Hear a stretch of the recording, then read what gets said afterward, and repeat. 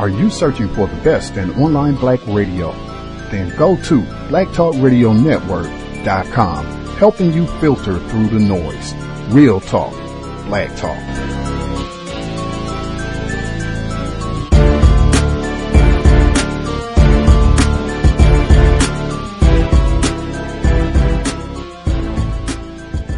The internet is full of half-truths and all-out lies. We've all seen them, and many people on social media complaining about it.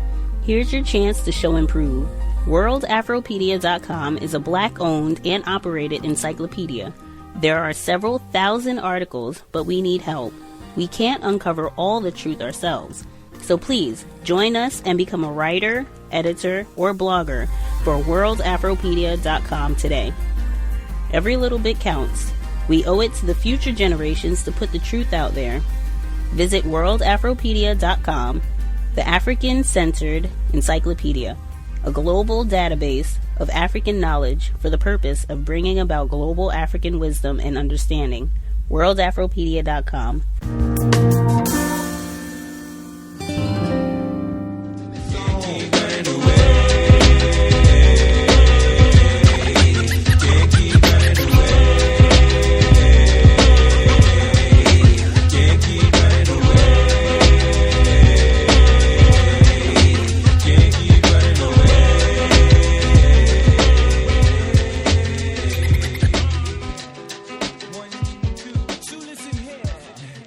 Although there have been many books on the subject of the early presidents who owned slaves, little attention has been made to our first slave-owning president, George Washington. But as a new book reveals, Washington's commitment to keeping slaves was far greater than you might have expected. Eric Armstrong Dunbar, professor of Black American Studies and History at the University of Delaware, writes about a forgotten piece of history in Never Caught, the Washington's relentless pursuit of their runaway slave, Ona Judge. It's published by Atria, and I'm very pleased to welcome Professor Dunbar to our show today. Hello. Hello. Thanks for having me. Weren't you conducting research on another topic when you discovered this story? Yeah, I was. I was actually working on my first book, which was about how black women became free in the North. And historians spend a tremendous amount of time in dusty archives, and I was there, and I came across a runaway slave advertisement from the president's household, and I thought, this is odd, an advertisement in a newspaper in 1796, and it named a woman who they called Ona Judge, and that she had run off from the president's house. And I thought, what an amazing story. What happened to this woman? I must find out. And so here I am. But this is a difficult thing to research, isn't it? There were some slave narratives, but not everybody told his or her story. Yeah, it was, I think for all of us who do the work, who do African American women's history in particular, there's a tremendous silence in the archives. They're not there typically because of literacy rates. So it took a tremendous amount of time tracking her. When Washington became president, he had to move to New York, which was the first capital. Did he bring slaves with him? He did. When Washington came in 1789, Martha followed him shortly thereafter, and in some ways they brought a little bit of home with them. They brought 7 enslaved people, men and women. Ona Judge was one of them, to what would be the nation's first capital. And what were her responsibilities in New York? The same as they would have been in Virginia? Yeah, they were. She was basically became Martha Washington's sort of top slave, if you will. She had come really to work with Martha Washington at the age of 10 at Mount Vernon, came up to the Mansion House. And so she was involved in the most intimate of responsibilities, helping Martha Washington bathe, brush her hair, those kinds of things. But she left family behind at Mount Vernon. She did. She left a mother. She left siblings. One of the things, and I tell this in the book, she was at least lucky enough to travel to New York with a brother.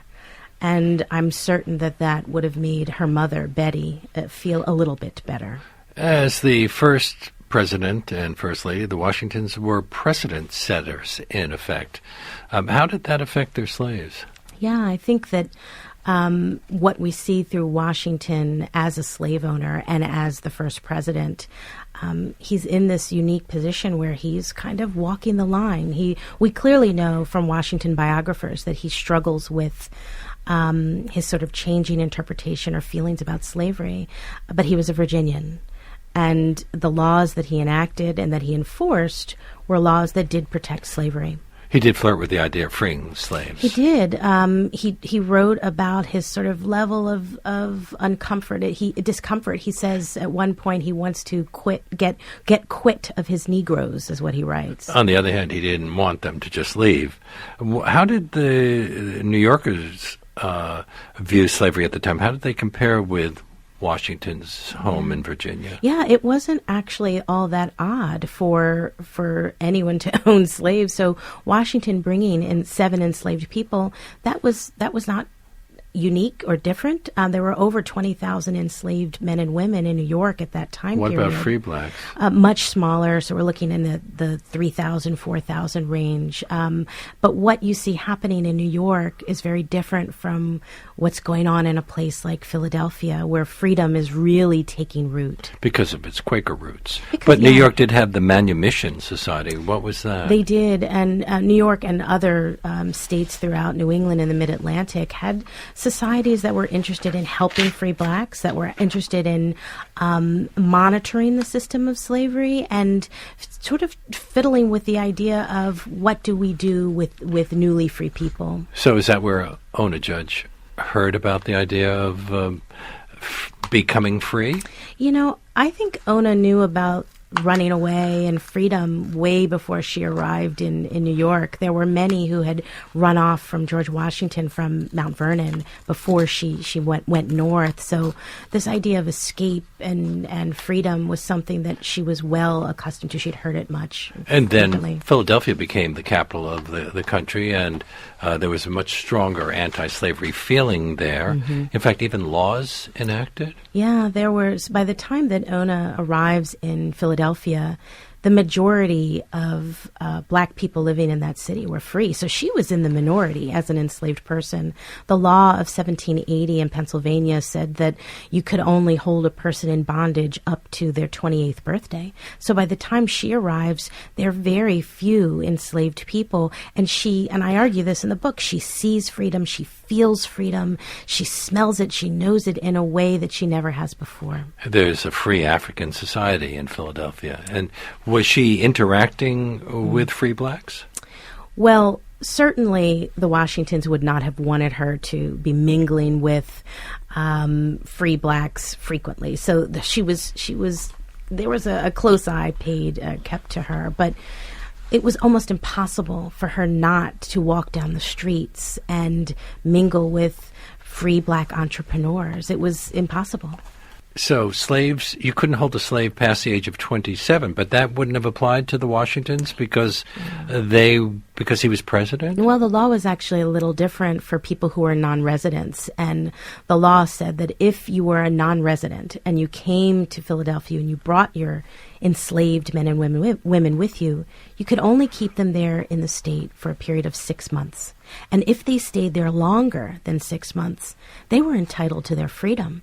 So George knows this. George Washington learns this law. He realizes this is a problem.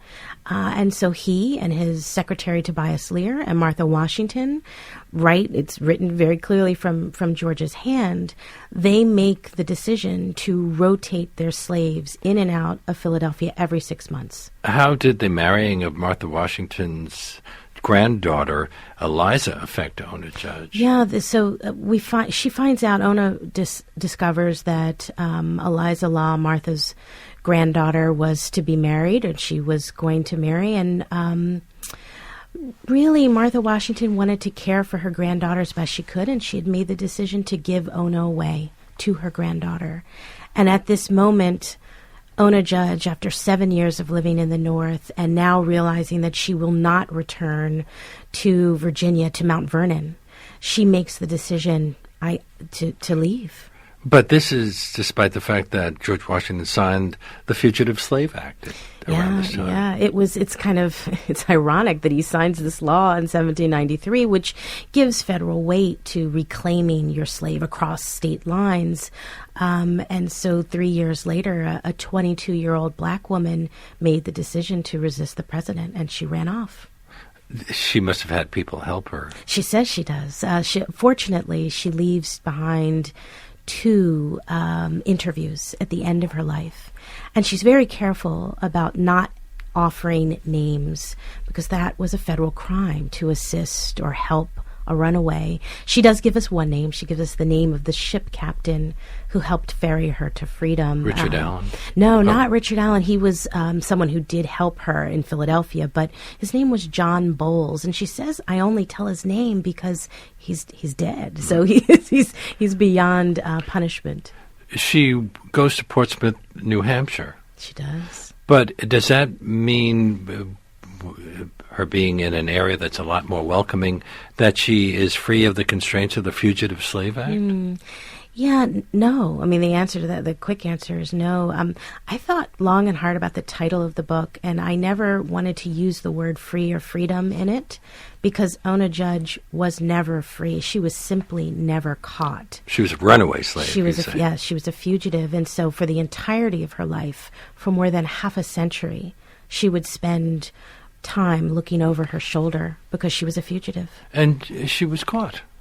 She was spotted. She was engaged, and I don't want to give the entire story away to the readers, but I think that it's really interesting to learn how she resists the president. Now, how would somebody like Ona Judge survive now that she is free and has never had to, I mean, she's worked all her life, but it's not the same thing as working as a free person. For wages, right. She's clear that she depends upon a network of free black people who offer her shelter, who help her find employment, and who rescue her time and time again when slave catchers come calling. Did she ever get married? She does. Was the process for her to get married difficult? Yeah, there was, because some of George Washington's agents knew where she was and wanted to kind of stop her in her track, she had to work hard to get a marriage license. But she does, this is a woman who persists from the moment she walks out of the door of the Washington's house. And I was able to find her marriage announcement in the newspaper in January of 1797 of the New Hampshire Gazette. To Jack Staines. Yes. Now, her children were born free. Well, her children were born in New Hampshire, but according to the law followed the apron strings of the women. And so technically, all of Ona Judge's children were enslaved and therefore the property of Martha Washington. Because when George Washington, he wrote in his will that he said that he wanted to free slaves, but he didn't want to leave Martha impoverished, so he kept the slaves. Well, what's interesting is that Martha Washington actually owned more enslaved men and women than did George Washington. And technically, Ona was what was called a dower slave. She had come with Martha Washington to the marriage to George. And so when George Washington does write a will, and after he dies, he makes the decision to emancipate his enslaved men and women upon the death of Martha Washington. So he was unwilling to live without slave labor and did not want his wife to live without the benefits of that as well. But after that, Ona Judge was free, in effect. No, she actually wasn't. And this is a great sort of study in contrast. While George Washington emancipated his slaves, Martha Washington never did the same thing. And so once she died, all of her enslaved men and women were willed to her grandchildren. And so Ona was technically a part of the estate of her grandchildren. How long did Ona live?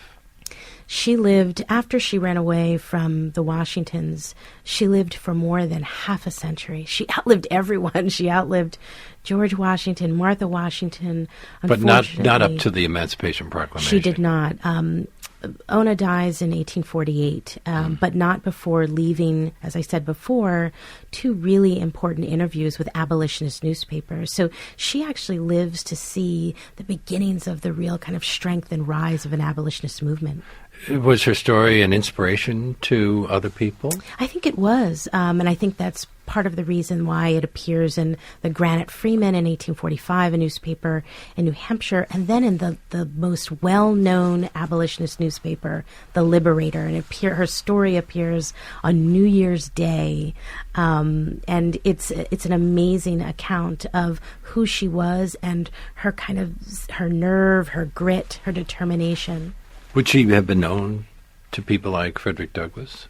Interesting. Her narrative or her interview appears in the Granite Freeman 1 month before Douglass. There's talk about him in this autobiography that he's written. So he probably would have known her name, but she, of course, she dies shortly afterwards. Erica Armstrong Dunbar is the Blue and Gold Distinguished Professor of Black Studies and History at the University of Delaware, winner of many awards, and the author of articles, a number of books. The one that we have been discussing is Never Caught, the Washington's relentless pursuit of their runaway slave Ona Judge.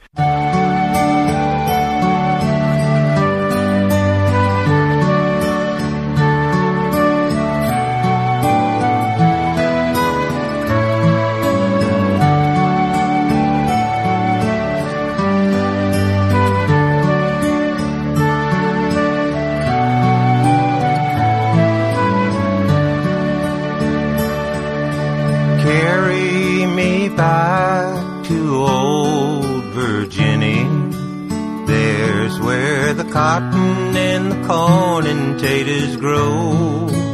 There's where the birds warble sweet in the springtime. There's where the old darkest Harlem long to go. This President's Day, we're going to take a look at the changing legacy of Thomas Jefferson and his most famous slave, Sally Hemings. Her story was downplayed for years, and now historians widely agree that Jefferson was the father of her 6 children. Sally Hemings was a seamstress and chambermaid at Jefferson's plantation, Monticello. She never formally received her freedom. In the 1940s, the room in Monticello, where Hemings likely lived, was turned into a bathroom for visitors. Now it's being restored as part of a larger effort at Monticello to reconstruct the places where enslaved people lived and worked. Krista Dierkside is a historian at Monticello. We called her up to ask about the renovation. We've just been in the process of peeling back that sort of 20th century iteration, and we've found lots of really cool and interesting things.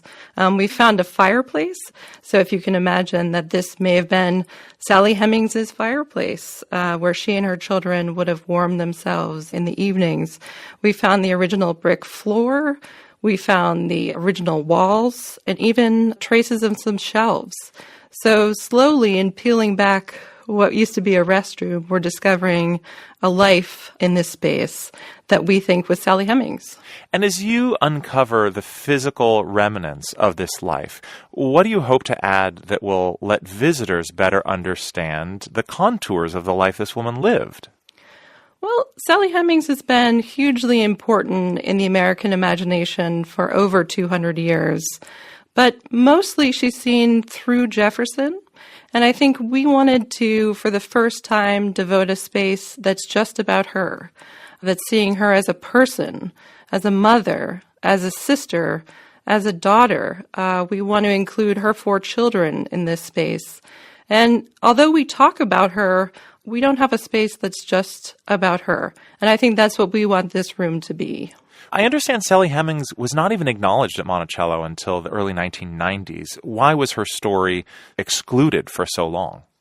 I think Sally Hemings just wasn't mentioned until then because it was viewed as something that could taint Jefferson's reputation. But I think she is a huge part of the story at Monticello, and we want to tell an accurate, holistic story of what this place was. The nature of the relationship between Thomas Jefferson and Sally Hemings has been debated. Of course, she was a slave who was owned by Thomas Jefferson. How does Monticello plan to address this very delicate topic? Well, Ari, there's so much we don't know about this relationship, but there are things that we do know. For example, we know that it was a 40-year relationship. We know that it resulted in 6 children. One of the things that visitors are surprised to learn is that she and Jefferson's wife, Martha, shared the same father, the slave trader John Wales. So that actually made Jefferson's wife and Sally Hemings half-sisters. The Hemings story is only part of the restoration happening at Monticello. Can you describe the general mission of this $35 million project? So what we realized is that even though we were telling the story of slavery on the mountaintop, the area of the house, nobody could actually see anything visible. There were no remnants of slavery that visitors could encounter. So what we're doing is to restore the landscape of slavery, and we're recreating or restoring spaces where enslaved families would have worked, would have lived, and made it the dynamic place that it was. Krista Dierksheide is a Monticello historian. Thanks for talking with us this President's Day. Thanks so much for having me. Well, Haiti is on the list of what's supposed to be. Haiti, the people who are called Haitians, predominantly are people who are classified as non-white, so they're not supposed to ever have anything under the system of white supremacy except punishment for being arrogant enough under Toussaint to think that you, with your military skills, can take us over or tell us what to do. So many a historian has said that the reason Haiti is in the shape that it's in now, and sort of like the head wagging people of the world, you might say, everybody kind of looks on them with great pity. It's because the white supremacists made that decision. Now to Haiti, where there's talk of UN peacekeepers finally leaving the country. They've been there for 13 years since a 2004 coup that overthrew former President Jean-Bertrand Aristide. Now, this isn't the first time discussions have been brought up about the peacekeepers leaving. Some soldiers have been tied to sexual abuse allegations and the cholera epidemic that killed nearly 10,000 Haitians. This when the country was already reeling from the 2010 earthquake. But perhaps even more important, Haitian leaders say that they are ready to do the job on their own. We wanted to know more about this, so we called Jacqueline Charles, as we often do, to tell us about Haiti. She's the Caribbean correspondent with the Miami Herald, and she's with us now from member station WLRN in Miami. Jacqueline Charles, thanks so much for joining us once again. Thanks for having me. So what has been the view of the peacekeepers in the country over the years? Has their presence been generally welcomed or not? Their presence has not been generally welcomed. And it really depends on who you talk to. Some people see the UN presence in Haiti as an occupation of a sovereign country. But at the same time, if you talk to business people, they will tell you very quietly that, you know what, it's been a good thing that the peacekeepers have been here because there's been the psychological impact, at least in recent years, in terms of the sense of stability. But we have to remember the context in which the peacekeepers went to Haiti. This was 2004. We had armed gangs. The place was basically ungovernable.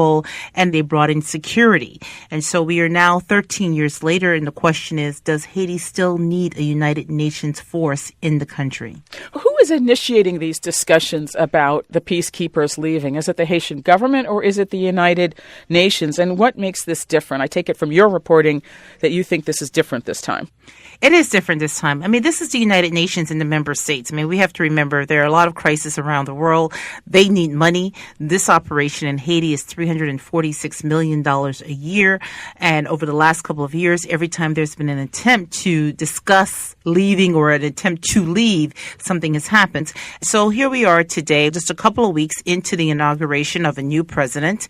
And the UN and member states are saying, you know what, now is time. And they're not going to fully leave. What they're talking about is the military arm and saying it's time for us to pull out because there are other places around the world that need a UN force. And this is the only place in the Western Hemisphere that has a UN peacekeeping mission on the ground. Who will take their place, or what will take their place? Has there been an effort to develop a national police force? Will it be the Haitian army?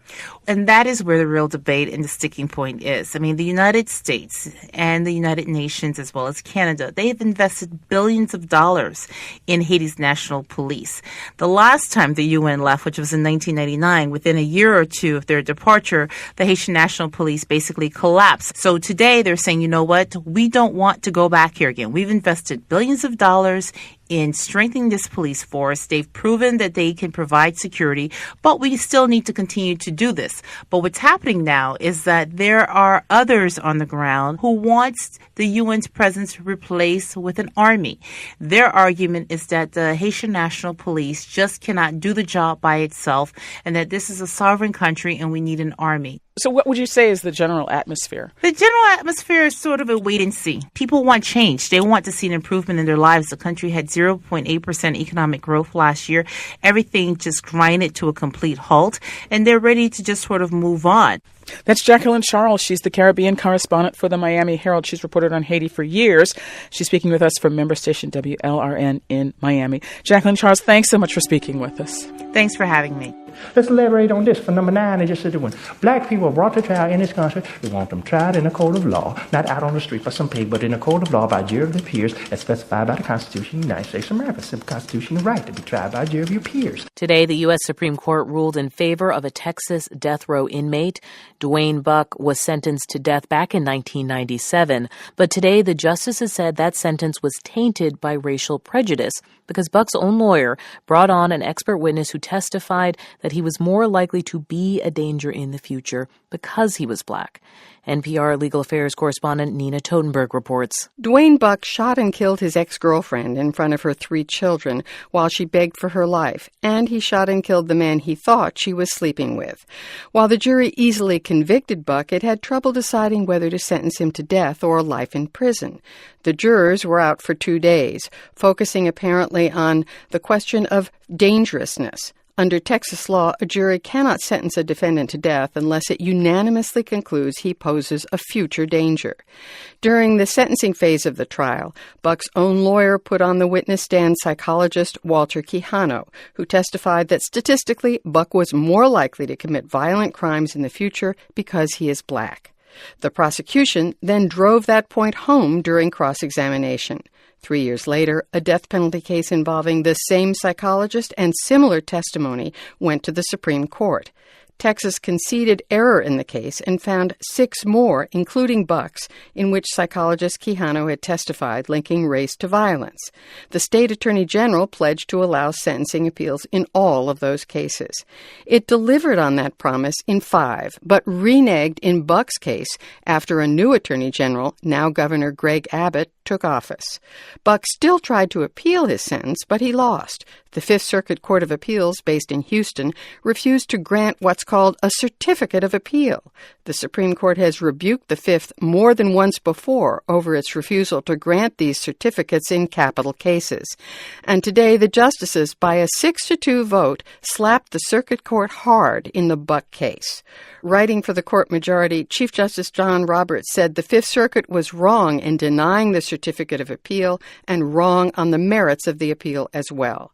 Roberts said that the psychologist's testimony appealed to a particularly noxious strain of racial stereotype, namely that of black men as violence-prone. The fact that it was the defendant's own lawyer who introduced this testimony to begin with is proof that Buck was denied the effective assistance of counsel, said the Chief Justice. Roberts rejected the lower court's conclusion that the effect of the racial testimony was so small as to be trifling. Relying on race to impose a criminal sanction, he said, poisons public confidence in the judicial process, injures not just the defendant, but the law as an institution and the community at large. Dissenting from the decision were the court's only black justice, Clarence Thomas, and Justice Samuel Alito. They said the appeal should not have been permitted to go forward. Nina Totenberg, NPR News, Washington.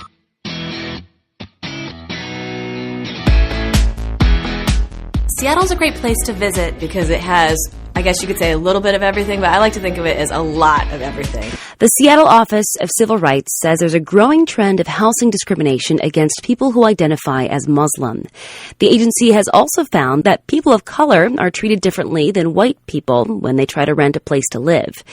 KQAW's Patricia Murphy reports on race and equity and has the story. Seattle Office of Civil Rights Director Patricia Lawley says housing discrimination is an insidious problem. In the city of Seattle, we don't acknowledge our bias, and very often a landlord may not even be conscious of their implicit bias.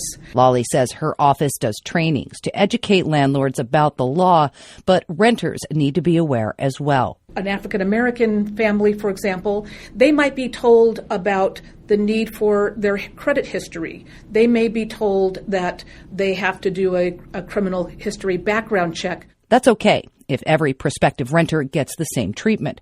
It's a problem if they don't. And even those who may be treated differently often don't come forward. How would they know that the landlord did not show them all of the units that were available? And so they may walk away with disappointment, they may walk away with suspicion, but it typically isn't enough for that person to come into our office. That's why we do testing. Like in 2016, when the city compared the reports from white housing testers and black housing testers.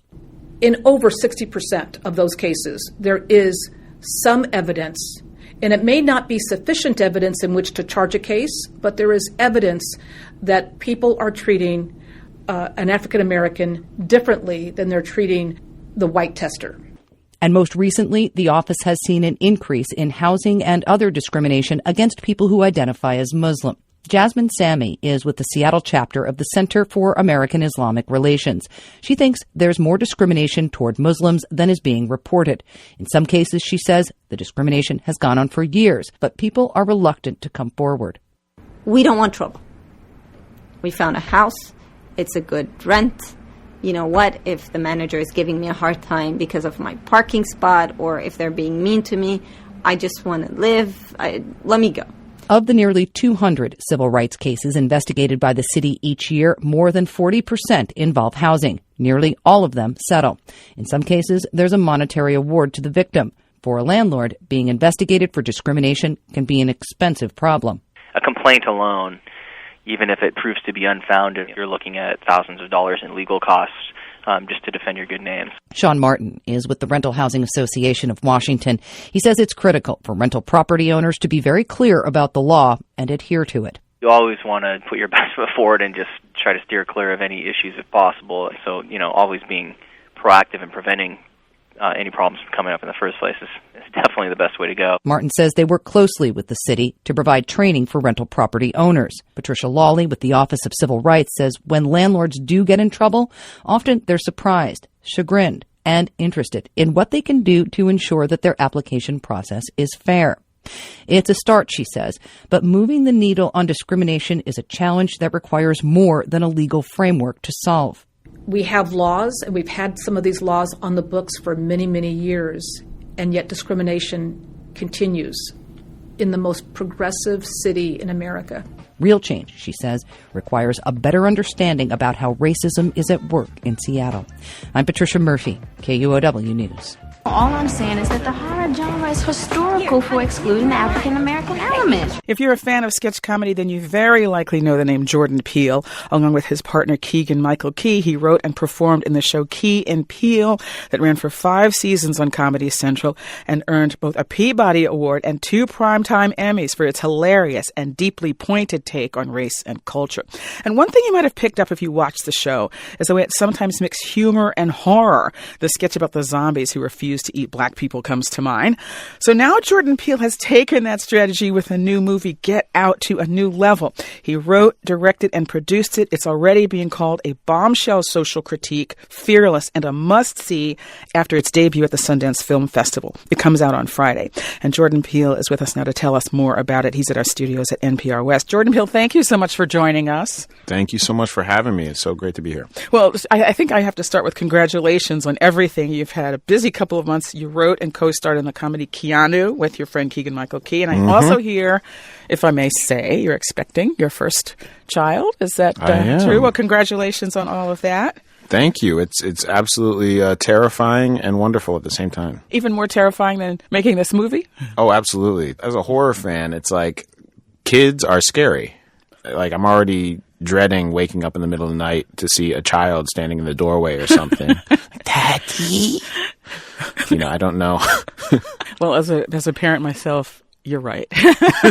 And you have no idea. So I have no idea. Okay. You have no idea. But anyway, so let's get back to the movie. So some people have called Get Out the most woke horror film of 2017. How did you get the idea for this?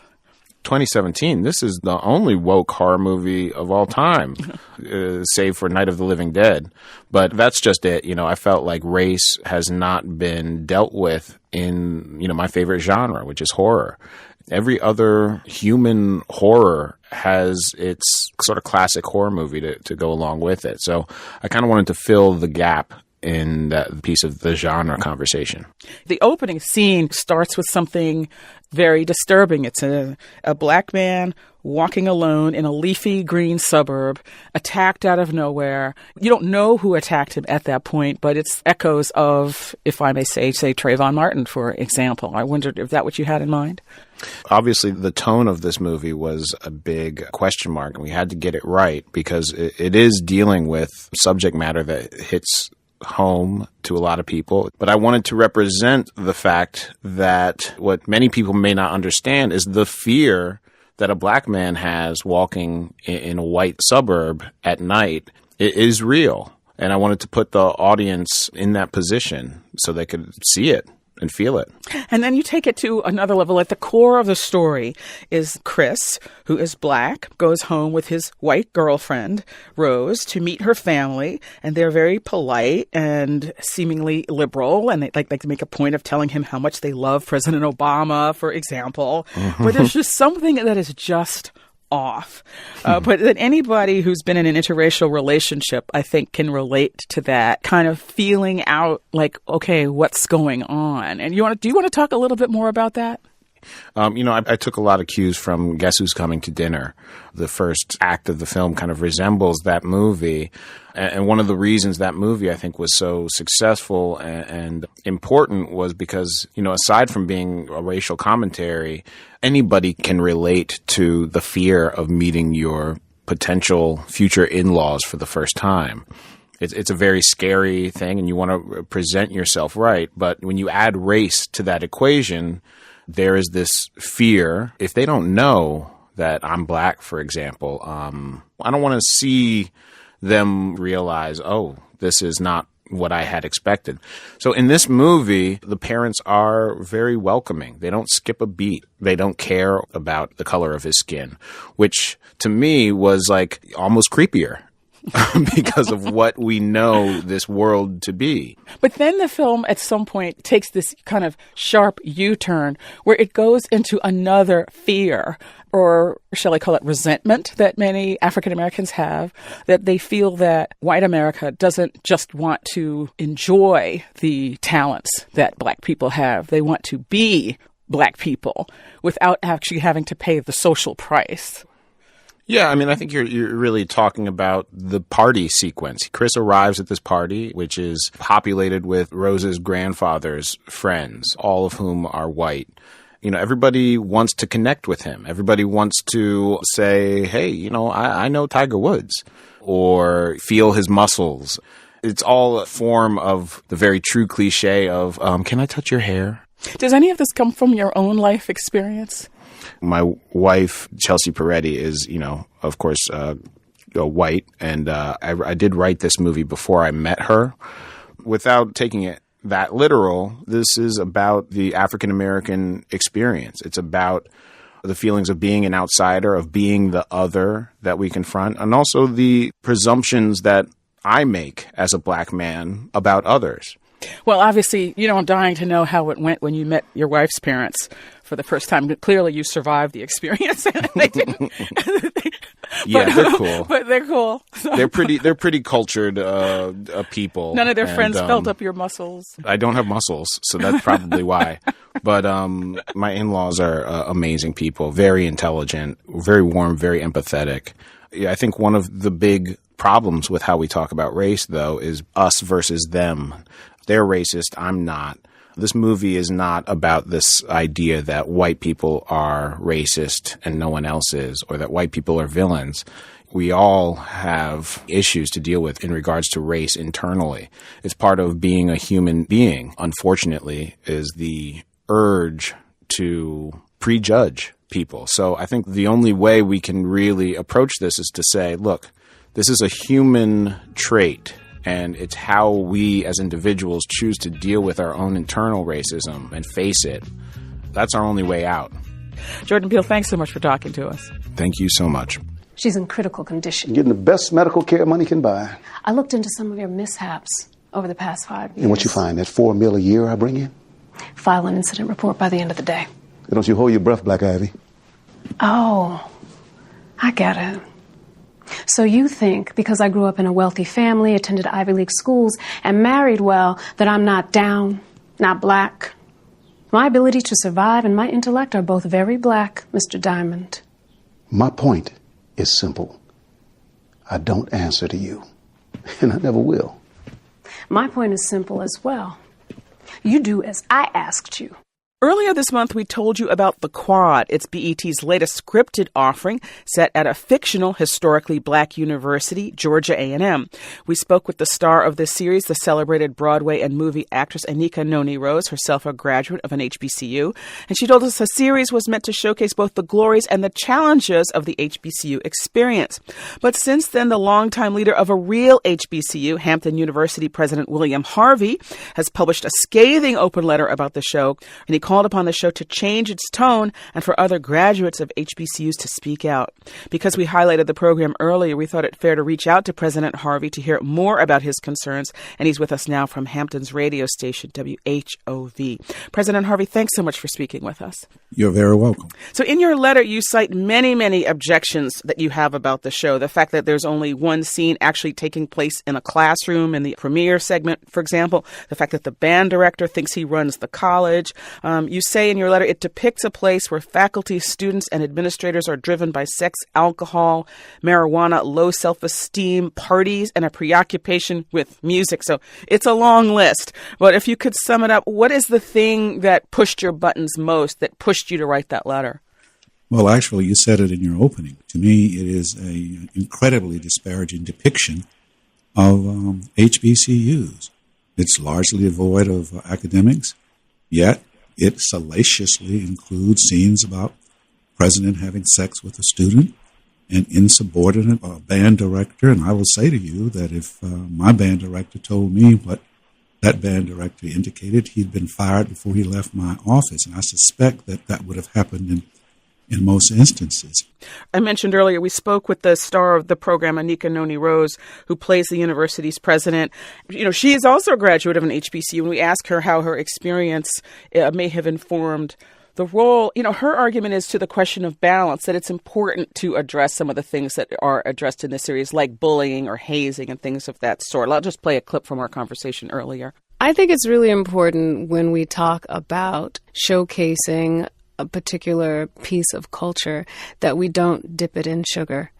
I think if we're only showing one side of it, if we're only showing the elevated sections of it, then we aren't telling a truth. We aren't telling the story. How would you respond to that? Well, she's absolutely correct. And they're only showing one side. She's making my argument.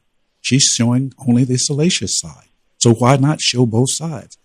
The president of BET, Deborah Lee, the chair, was approached by Ebony Magazine for a comment about this, and she made the argument that it is fiction, and if you don't like it, don't watch it.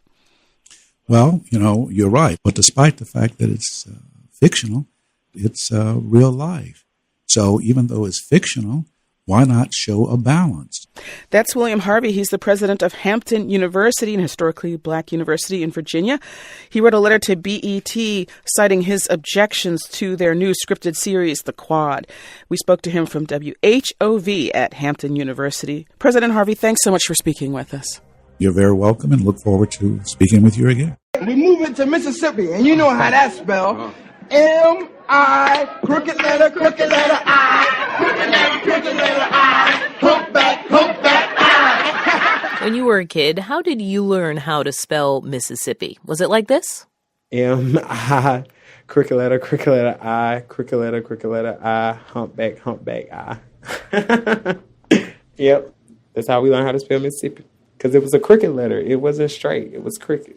That's Terrence Johnson. He's a junior at the University of Mississippi, a.k.a. Ole Miss. The school became notorious for its fierce riots over integration when its first black student, James Meredith, enrolled in 1962.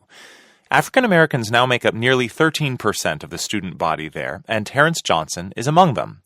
NPR's Melissa Block spent a day with him to talk about race, history, and his sense of place in Mississippi for her series, Our Land. Terrence's day starts early. So listen, you have x to the fourth minus 81. By 7:30 in the morning, he's already in a high school classroom, perched backwards on a chair, tutoring one-on-one in algebra. It's going to be prime. Boom! See, all you had to do was think about it and stop being lazy.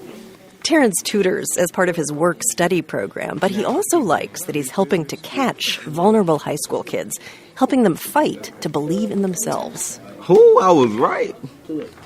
Hallelujah. So we are on our way to the University of Mississippi. Terrence sports a diamond stud in his ear, a tiny one in his nose. He wears his hair in a high-top fade, shaved on the sides, long and coily on top. He's a journalism major with a minor in African American studies. When he graduates next year, he'll become the first in his immediate family to complete college. And when I got here, I felt like I just fit. That's no small thing. We sit down to talk on campus behind the Lyceum. That's the administrative building that was at the center of the riots in 1962. The town of Oxford is an armed camp following riots that accompanied the registration of the first Negro in the university's 118-year history. Those riots left 2 people dead, hundreds injured, and they left an indelible mark on the university's reputation. Now a statue of James Meredith stands in this spot. He's cast in bronze, mid-stride, about to walk through an open door. He transcended so much in the fact that he had the will to integrate a university like this in Mississippi that has such a rich and chaotic history. The fact that he was willing to make such a stance, that will always be with me. But old prejudices die hard. Just 3 years ago, students at Ole Miss woke up to find a noose tied around the Meredith statue's neck. 2 white fraternity brothers later pleaded guilty to civil rights charges. Yeah, I heard about it. It threw me off for a minute.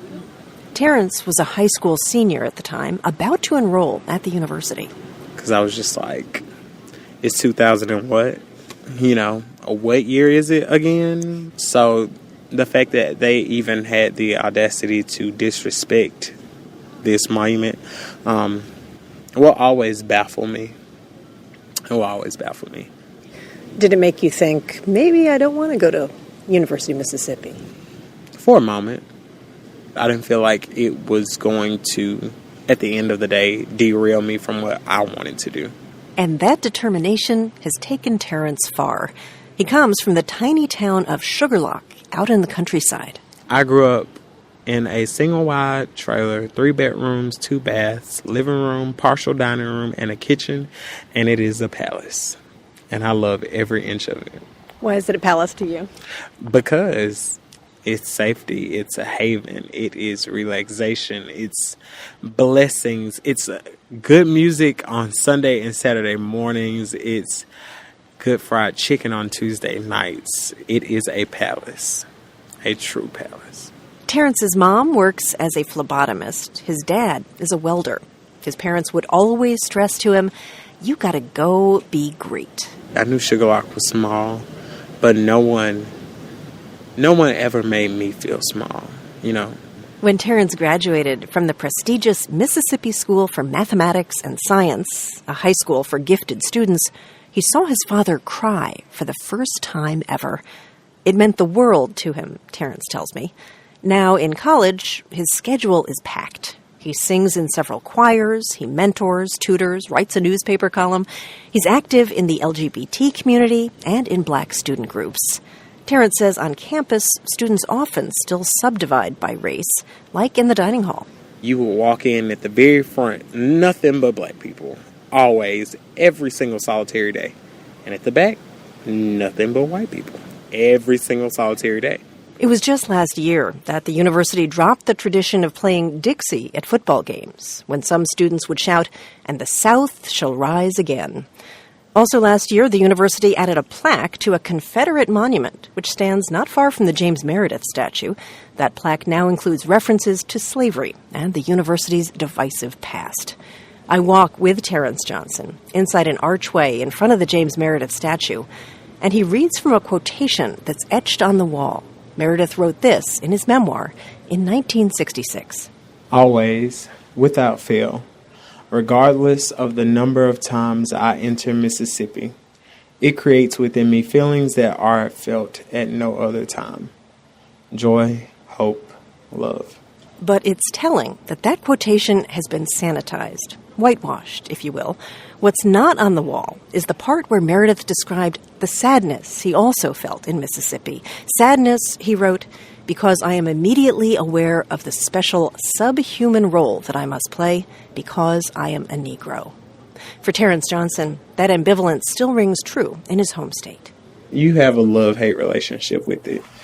You know, all these incidents that have happened throughout the years, even way back to Emmett Till, you know, there are moments where it's like you do feel subhuman in Mississippi. But at the end of the day, it's still, this is just as much my say as it is theirs.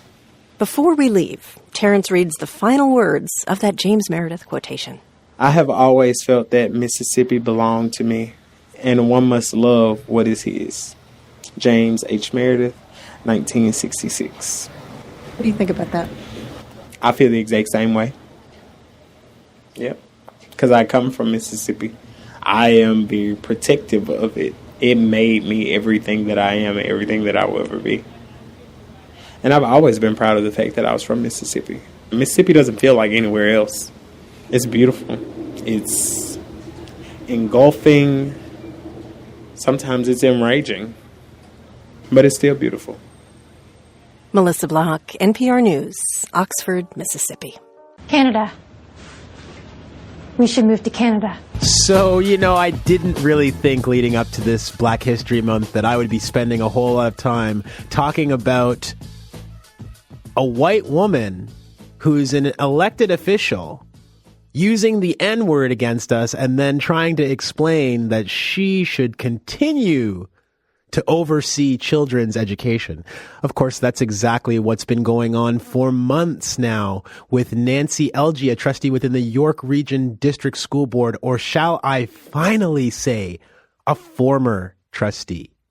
Because after months of angry outcry and backlash from the Black community and from others, after politicians weighing in after being silent for a very long time and saying finally that Nancy Elgee should do the right thing, as they said, and resign, Nancy Elgee did do that. She waited till the Friday afternoon before a long weekend, of course, and then she dropped the news on us that she would in fact be stepping down from her position within the YRDSB. Yes, this is a huge victory for Charlene Grant, who was on this program a few weeks ago talking about the fact that this slur was directed at her and that she wasn't satisfied with Nancy Elgee's apology, even though she accepted it.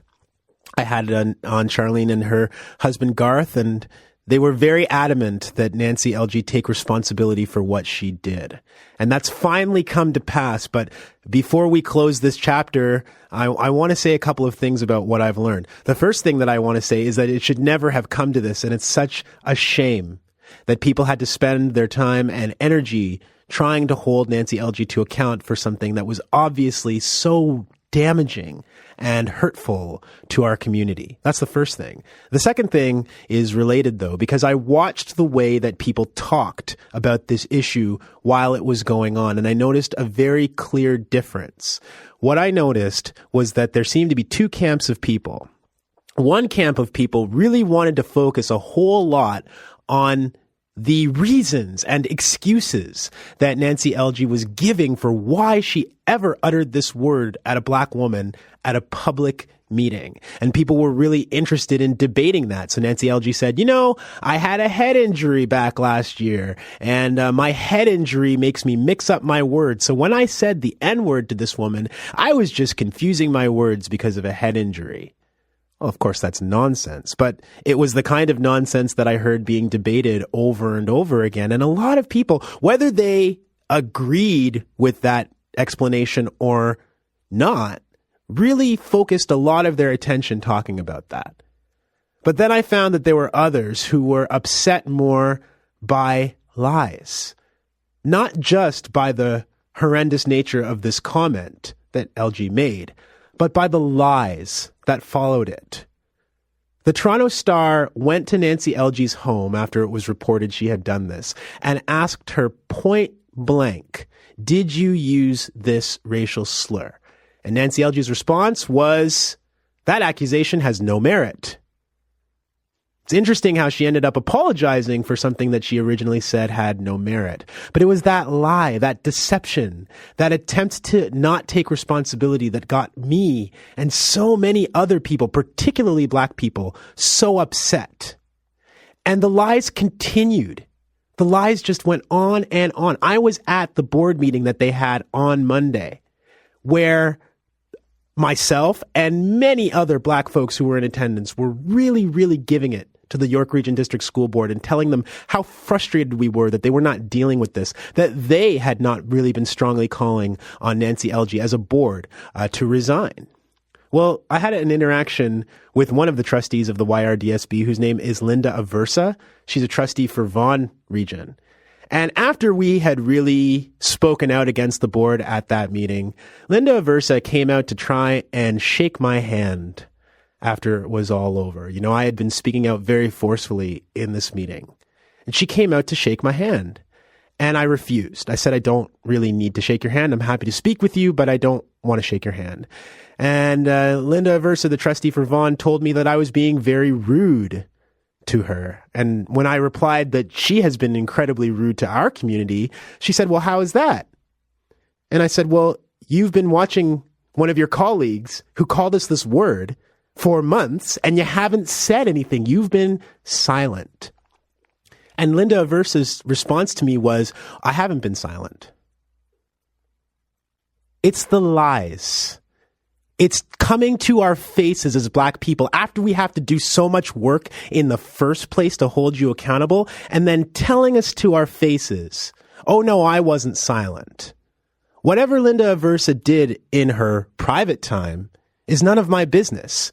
Whatever she might have said to Nancy LG or anybody else in private is not my concern, because Linda Aversa and all of the members of the York Region District School Board are public officials. And so I realized at that meeting that black people have to do double duty, because not only do you have to stand up and fight for things that are so common, so easy to understand, so clearly wrong. Not only would you have to stand up and fight and waste our time and our energy in order to fight back against the racism that still exists today, but then we have to comfort people who we're holding to account because they feel bad and want to come and continue lying to our faces. Stuart LG, the son of Nancy LG, same thing. I said, you know, your mom denied that this happened. And he said, well, I don't want to talk about that. That's what really got us upset. It wasn't just the story. It was the lies that protected this woman and her power. And now that she's gone, I hope everybody remembers that there are still huge systemic problems in York Region which allowed this to happen in the first place. In Virginia, them guns go bang, bang. In Virginia, them guns go bang, bang. In Virginia, them guns go bang, bang. Nigga! A local college campus shaken to the core over a rap video posted on the internet. Many are calling it a racist rant. The person at the center of it showcasing ODU in a bad light. It has students, school officials, and civil rights leaders demanding answers. People across ODU's campus are stressing the video does not speak for the community. Meantime, university police are trying to hunt down where it came from. The video appeared on YouTube up until this morning. It portrays someone using racist language with a slur on its title and wearing an ODU t-shirt. Everyone's question, well, who is it? 10 on your side's Matt Gregory joins us with how this is being handled. Matt? And no one has confirmed this as an ODU student, but students I talked to said they're outraged the person would even pretend to represent the university while spewing a message of hate. It's a vile music video, so hateful we have to censor most of it. All you want to do is collect welfare and get on Section 8. In it, a woman wearing an ODU sweatshirt encourages the viewer to kill all African Americans. Hang it. White power. Some ODU students woke up to it. This is the first thing that I saw. My heart was pounding.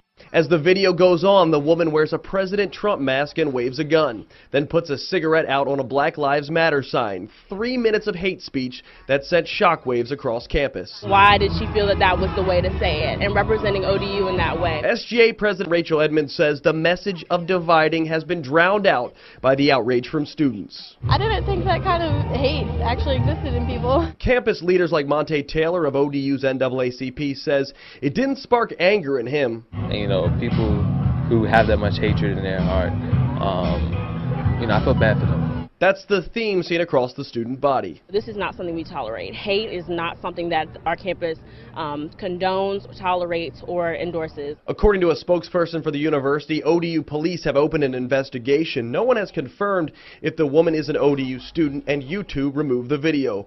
Regardless, students say they'll take the divisive video as a challenge to come together. You've seen today that our students, we come together in times of, hate, and we don't stand for that, but we're going to stand up together. The ODU NAACP will have a Safe Place meeting. That starts at 7. 10 on your side's Liz Kilmer is there, and we'll have more tonight at 10 and 11. In the newsroom, I'm Matt Gregory. 10 on your side. Thank you, Matt. According to police, Dedman, with 2 teenage girls as his passengers, drove to a local McDonald's, meeting up with the rest of the group. There, according to witnesses interviewed by police, he said, "I ran that nigger over." Right now at 6, an NBC 10 exclusive. She's getting away with killing my son. A South Jersey mother outraged that the driver who hit and killed her son will not be locked up. I want her to get life in prison. I never want her to see the son come up. The 16-year-old boy died in a hit-and-run crash last year. Only NBC 10 is inside the courtroom as the driver is sentenced today. And good evening. I'm Jim Rosenfield. And I'm Jacqueline London. First up at 6, that sentencing happened less than 2 hours ago. The decision, no jail time at all. The victim's family says they are crushed tonight. And they spoke exclusively to NBC 10's Sydney Long. She's joining us live in Camden tonight with more. Sydney. Well, Jim and Jacqueline, good evening. Susan Hyland initially faced 20 years behind bars, but instead of going to jail, the judge ruled today that as soon as a drug treatment bed is located, that she will have the handcuffs taken off her here at the Camden County Jail, and she will be transferred to a drug rehab inpatient facility. It could go down as early as tomorrow. She took my brother. One by one. To keep her in there for the rest of her life. Loved ones of Quason Turner stood up to Susan Hyland. She is the woman who was behind the wheel the night he was killed. She left my 16-year-old son on the side of the road with his head almost off his shoulder. They spoke up, begging and pleading with Judge Edward McBride for justice. If she's allowed into drug court, she's going to kill somebody else's kid. She might even kill somebody close to you. On March 28th last year, Hyland struck Quason Turner on Route 130. She never stopped. She hid in a Camden home, conspiring with others to burn the car. It was a secret call to 911 by her niece. I was a passenger in an accident, in a hit and run. That led to her arrest. Hyland's fate, in what legal analysts consider an unusual or rare occurrence, is being decided in drug court. There is no question that there was violence, the ultimate violence. Ultimately, the judge sentenced Hyland to drug court inpatient treatment. The family gave up, walking out of court more heartbroken than they arrived. She will pay a $450 fine, have to surrender her license, provide DNA samples. Failure to do all of the above could result in time behind bars. She's getting away with killing my son. Taking my son up out of this world for no reason at all. I never want her to see the sun come up regular ever again. Now, because Hyland's arrest was delayed by a matter of hours, it's unclear if she was high or drunk the night Quason was killed. She has admitted to battling drugs all her life. She also pled guilty to fleeing the scene of an accident and causing a fatality the night he was killed. Turner's family says that Hyland ran and hid that night, but today's ruling is her ultimate escape from justice. We're live in Camden tonight. I'm Sydney Long, NBC 10 News. Pray! This is my rifle. There are many like it, but this one is mine. My rifle is my best friend. It is my life. I must master it as I must master my life. Without me, my rifle is useless. Without my rifle, I am useless. I must fire my rifle true. I must shoot straighter than my enemy who is trying to kill me. I must shoot him before he shoots me. I will. Before God, I swear this creed. My rifle and myself are defenders of my country. We are the masters of our enemy. We are the saviors of my life. So be it, until there is no enemy, but peace. Amen.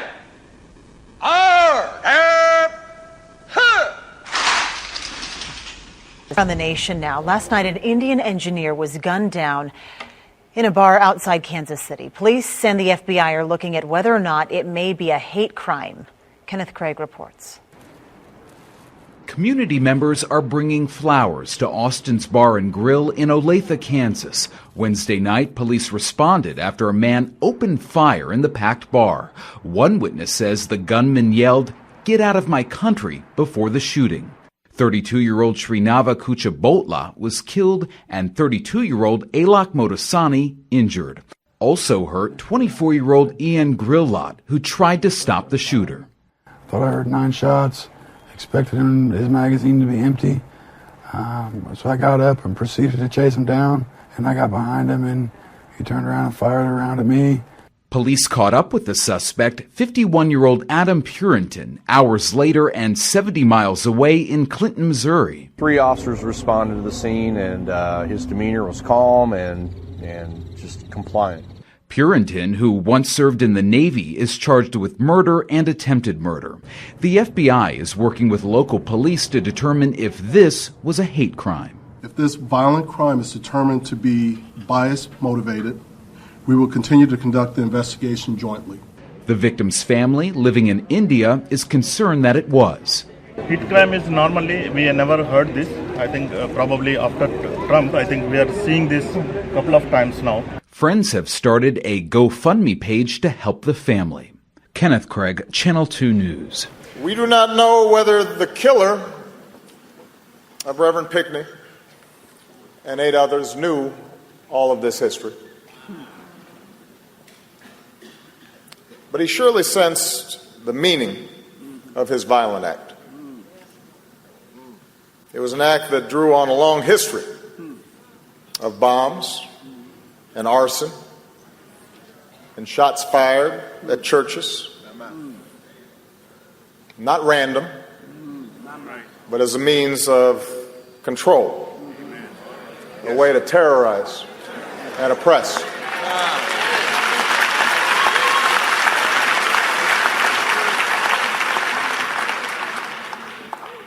An act that he imagined would incite fear and recrimination, violence and suspicion. An act that he presumed would deepen divisions that trace back to our nation's original sin. Oh, but God works in mysterious ways.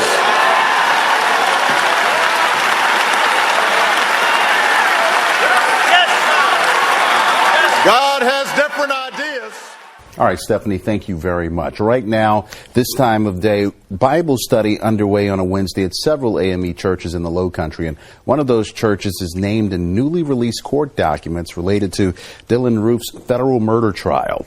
Prosecutors say the convicted Charleston church shooter drove to another Lowcountry AME church after his attack downtown. Karina Bolster talked with a member of the Jedburgh Church following this news. Branch AME Church sits off Jedburgh Road, just about 20 miles outside of downtown Charleston. Newly unsealed documents in Dylann Roof's federal trial state the now 22-year-old drove towards Branch AME right after the shooting at Mother Emanuel. Oh, it scared me very much. Jeanette Alston is a lifelong member of the church. She heard about the news this morning and recalls they didn't have Bible study the night of the shooting. Sign from God, I think it was. Yeah. sign from God. According to court documents, GPS data shows Roof drove towards Branch AME Church June 17th of 2015, slowing down, and then the GPS was deactivated for roughly 2 to 3 minutes. Prosecutors say it's consistent with Roof stopping the car. It almost blew my mind. It's very frightening. The documents also reveal this wasn't Roof's first time going to Branch AME. Prosecutors say Roof had driven by the church on February 27th, months before the shooting at Mother Emanuel, quote, in the midst of his ongoing preparation for his offense. Alston says Roof could have been there the same time she was rehearsing for the choir. I'll be out there by myself, and the door is open. The door is not locked, so it could have been me. He could have been out there scouting or whatever, and maybe see a car or something out there and come inside the church. Alston says her church is now more aware of new people in attendance and urges others to keep a watchful eye. She also adds this news is likely to be discussed before Bible study tonight. In Somerville, Karina Bolster, Live 5 News. Prosecutors decided not to present this evidence during Roof's trial, but they did tell the court about a handwritten list of predominantly black churches in the Low Country and elsewhere that were found on a piece of paper in Roof's car. He was convicted of 33 different charges in federal court last month in the deadly attack on Emanuel AME. He was sentenced to death by a federal jury. Right now, his state trial has been postponed indefinitely. Context of White Supremacy. Gus T Renegade in for another broadcast, hopefully to share constructive information on the system of white supremacy. Today's date, Saturday, February 25th, 2017. So I have been told. This is our weekly compensatory call-in. Dial in, share your thoughts, observations. If you have counter-racist suggestions, the number 641-715-3640. The code 564943 pound. Press star 6 if you would like to participate. That number again, 641-715-3640. The code 564943 pound. Press star 6 if you would like to participate. Before we get to some of the folks who dialed in, invest if you think the program is constructive. Racism-notes.blogspot.com. Racism-notes.blogspot.com. When you visit my blog, look in the top right corner, you'll see the PayPal button. If you are not into PayPal, drop us an email. We'll get you a physical mailing address. Huge thanks to all the folks who have invested 8 years of counter-racist programming. Hopefully we have helped folks, victims of racism, get a better understanding of what racism, white supremacy is, and how it works. If you can also support, and thanks to the folks who have got things from our wish list at Amazon.com. It's under Gus T Renegade. I'll link it for this evening as well. Huge thanks to all the folks who have got lots of books, really filled out my counter-racist literature. I had some things that I was going to get to, but a listener emailed me with a problem concerning workplace racism, and she said that she would not, this is kind of an urgent matter, and she wouldn't be able to participate this coming Thursday. Workplace racism is every Thursday, so I'm going to address her concerns, and then that way people can offer feedback as we go pertaining to this issue, and certainly the sound clips or anything else that you want to touch on. All right, so this is a black female. She says, a suspected white supremacist female and former co-worker locked an elementary school principal in their office and is now filing an appeal. She told several local people, including local elected officials, community leaders, and lawyers, that she's in trouble, but probably didn't mention that she's at fault. They are all on her side without knowing all the details. I suspect that she committed this crime because the principal is a black female. This white female is married to a non-white Latino male. cowbell. So whenever she says or does something racist, she will hide behind him. She asked me to be a character witness. Thoughts? That was a serious question. I'll address that now before I proceed.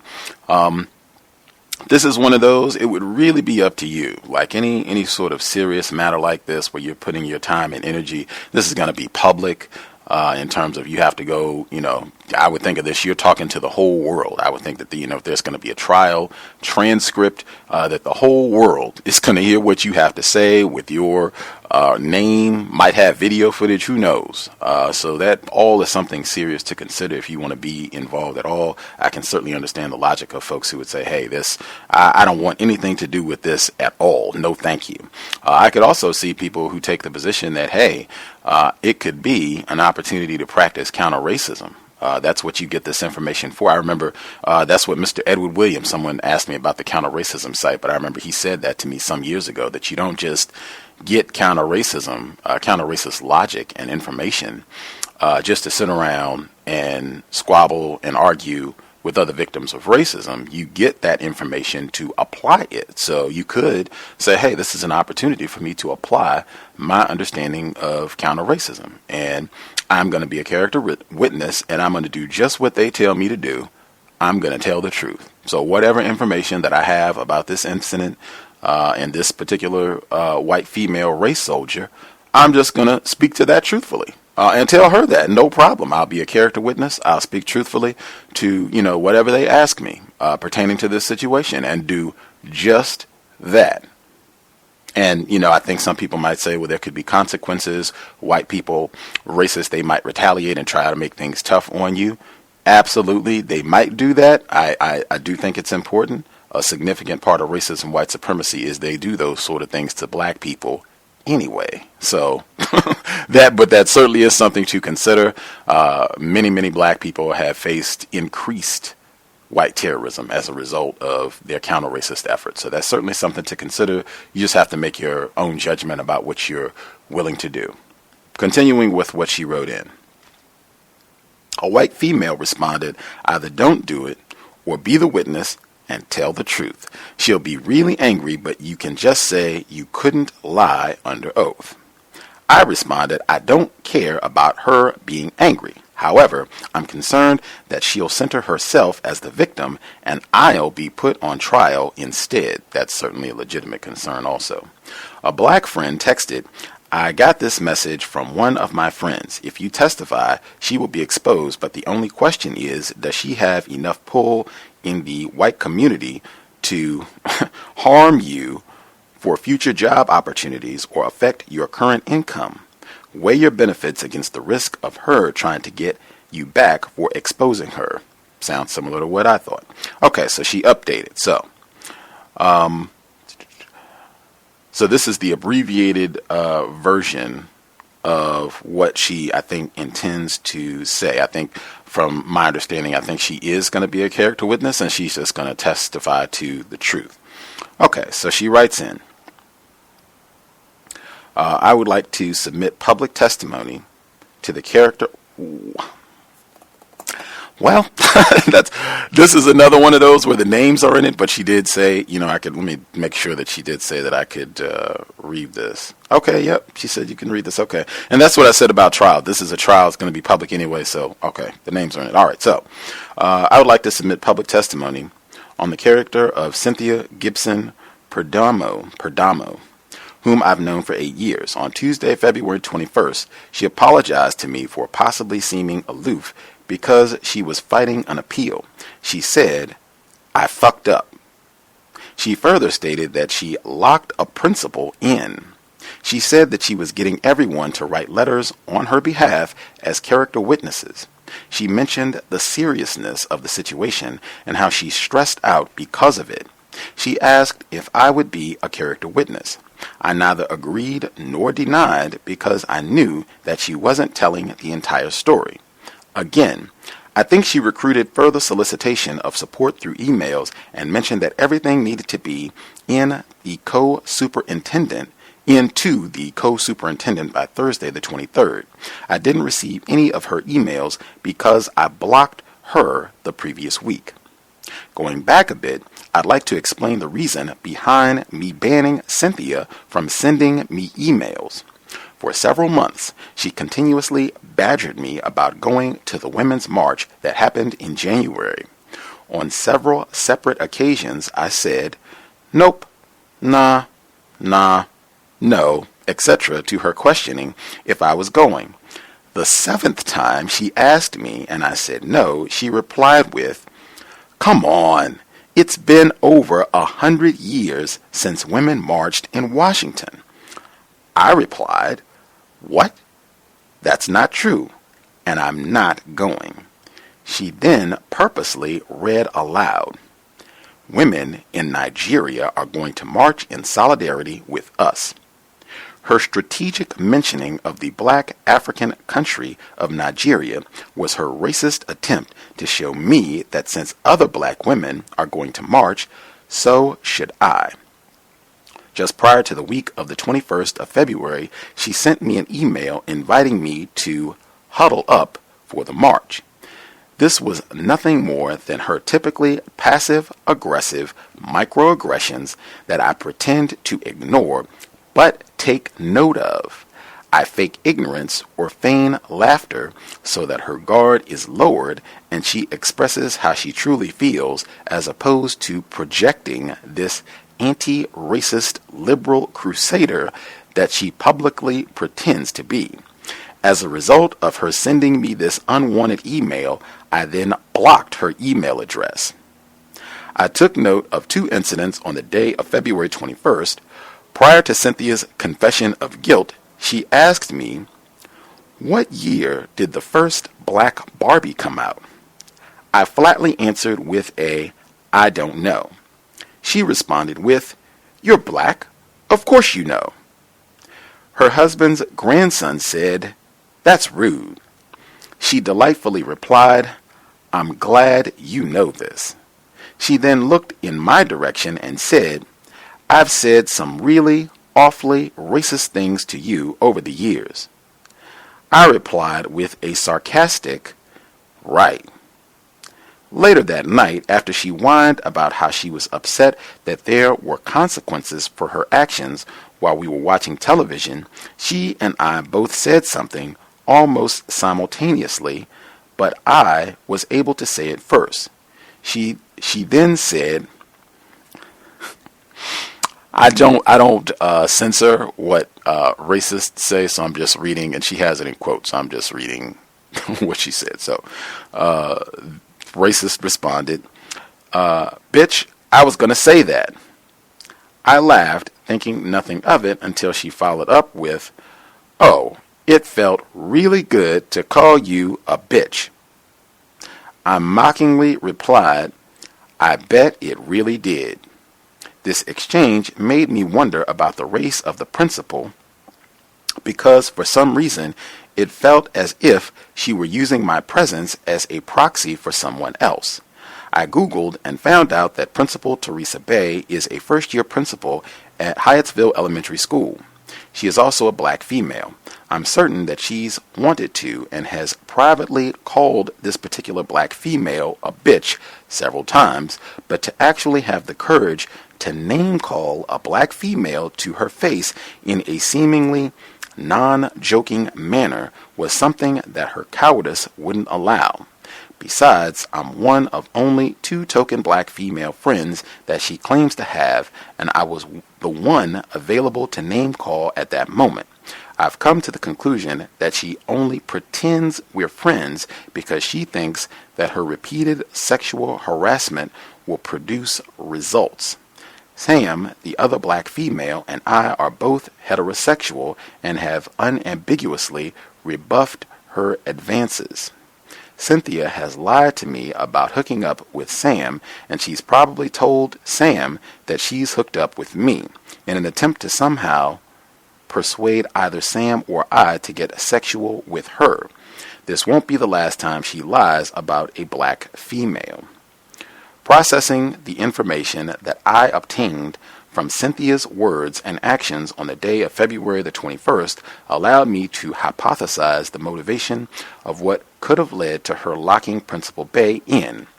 A black female told her no, and in spiteful retaliation, she locked the door.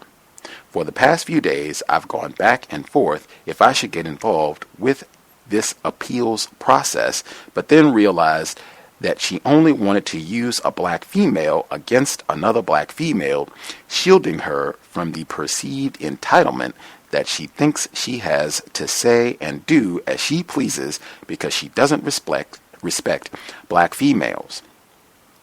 I started writing this on Friday, February 24th, after Cynthia, as I've suspected, hatefully put a dirty box on the bed that I sleep in. I believe that her motivation to do this stems from her complaints about a box being in the hallway. I told her that if she wanted the box out of the way, that she can just do it herself by sliding it into the room and out of the hallway. She managed to get a broom, which was in the front of this box, just inside the room and against the wall, but somehow this box landed 3 feet away and on the bed. Through several observations, I wish to show that the disrespect shown to Principal Bay by Cynthia is not an isolated incident, but calculated malice with the intent to cast herself as the victim of another angry black woman. End quotes. A friend of mine, a black female, who has only met Cynthia once, after meeting her, asked me, why was she hugging us that long and rubbing our backs? She hugged and rubbed on you the longest. I think that she wants you. I've noticed that Cynthia constantly seems to want to invade the personal space of any black female that would allow her to get close. Principal Bay probably experienced an extreme space invasion the day Cynthia locked her in. On a few occasions, Cynthia attempted to make fun of the name of a black female friend of mine.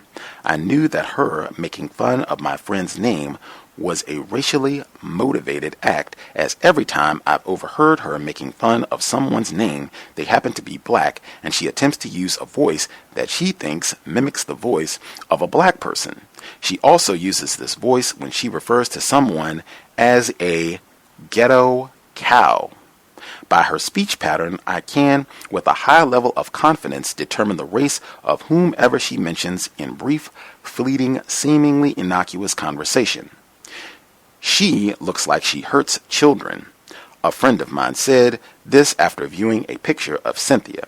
I think that I responded with, I wouldn't be surprised. Alexander is her step-grandson.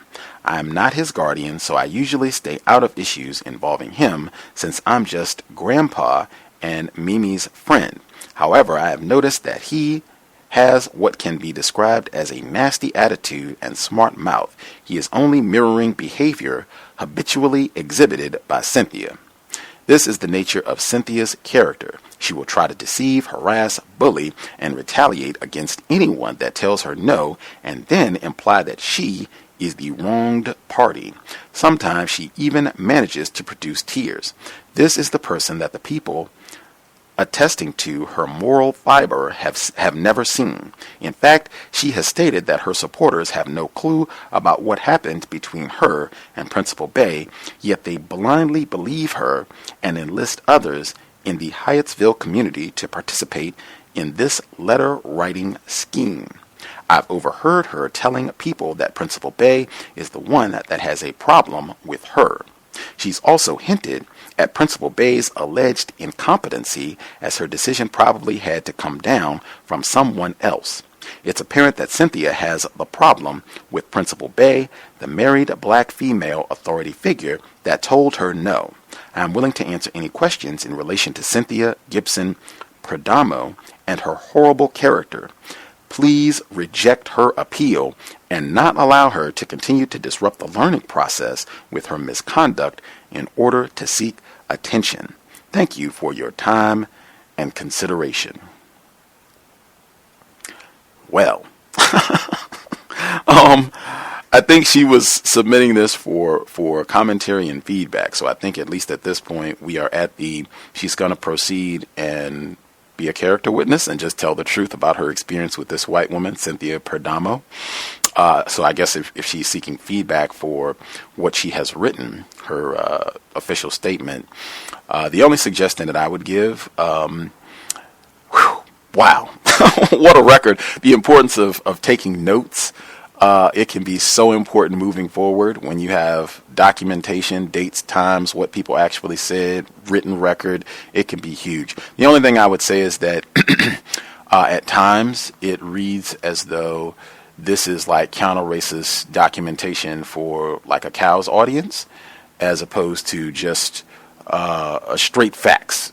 Straight facts. This is what happened, and if you want to give an assessment. But just I think like at one point when you said that she whined, and I even stopped myself to say, this is your official testimony. I mean, hey, this is supposed to be subjective. This is supposed to be your personal assessment of Cynthia Perdomo. So part of me says, hey, just give it to him exactly like that, because this is supposed to be your personal assessment here. So you can make it very personal, very subjective. This is your assessment of the situation.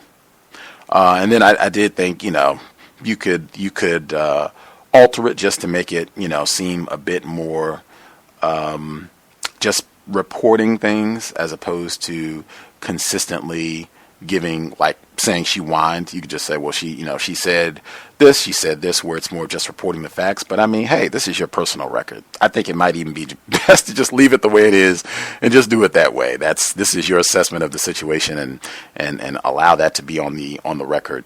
If folks have commentary pertaining to this situation, you can feel free to share. Certainly the audio clips or anything else that took place over the last 7 days. The number again, 641-715-3640.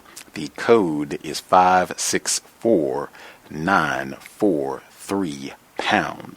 Press star 6 if you would like to participate. Make sure I get in. No metaphors for the compensatory call-in. I know frequently in our struggles to articulate our views on racism, white supremacy, we will employ analogies, metaphors, comparisons to express our ideas. A lot of times, it does not add clarity. Racists, they do this a lot of times to generate confusion. A lot of times, victims of racism, we're still learning, but a lot of times we end up comparing things and making metaphors that are not accurate. They're comparing things that are not equivalent, and just make it very difficult to get truthful, accurate understanding. If we could just be direct, specific, make it simple with what we mean, that would be greatly appreciated. I will prompt about the metaphors. With that, and if you could watch your background noise, we would also appreciate that as well. Use your mute button if you know you're in a noisy area. With that, the first few folks who dialed in with a hand up, line should be open. Oh, and I'm going to make sure I get in. We're going to have a cap on Get Out, so I think I can do a max of 3 comments on that, because I am not excited about that film, and I'm not really interested in hearing a whole lot of earth-shattering commentary about Get Out. So I can do max 3 comments on Get Out. First few folks that dialed in with a hand up, line should be open. Can I be heard? Yes, sir. Greetings, everyone. I'll just start off, and this happens to be a movie also. It's called United Kingdom. Just the commercial alone is not constructive at all. Just commercial alone that's advertising the movie. Once again, it's an effort to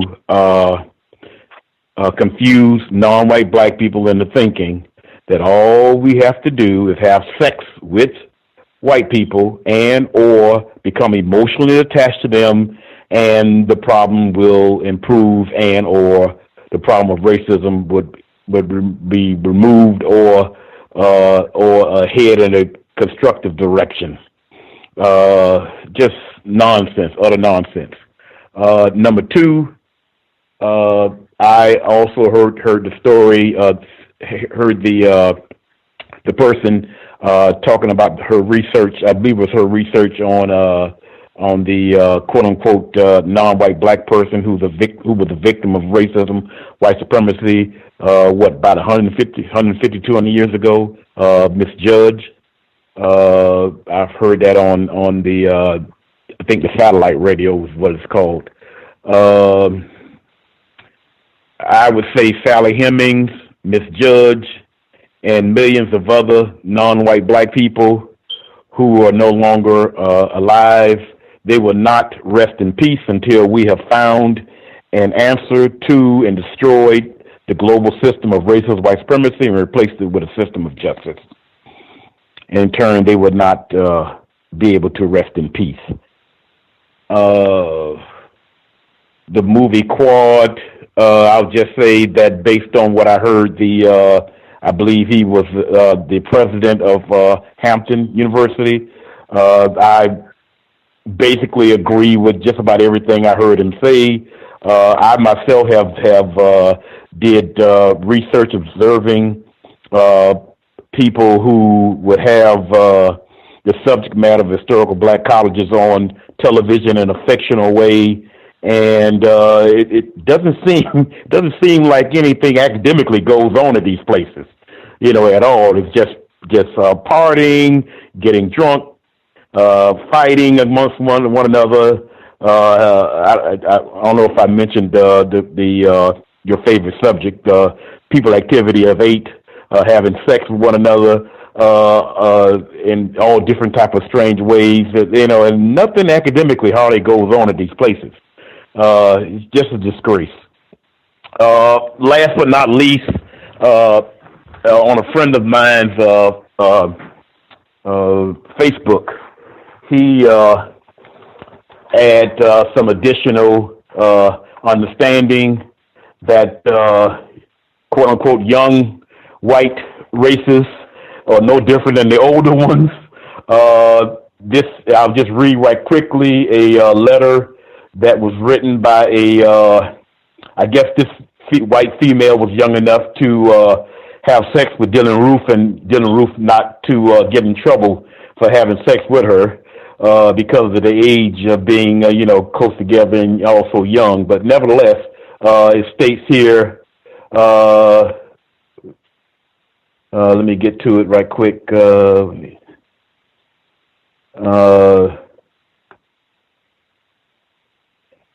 Go to the beginning of it. The first thing she says in her essay is, it's supposed to be a Black History essay report. Anyway, her essay went like this: I'm not fully racist, but I hate almost every black person. They think they run everything, but in reality are an embarrassment to this country.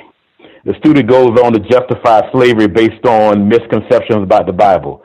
Think about it, though, she writes. None of the apostles were different ethics. They were all white. There was no black nor Hispanic mentioned really back when Jesus' time was. All the stories we hear in the Bible are about, mainly white people. So since God knows everything that is going to happen, then he would have done something about that.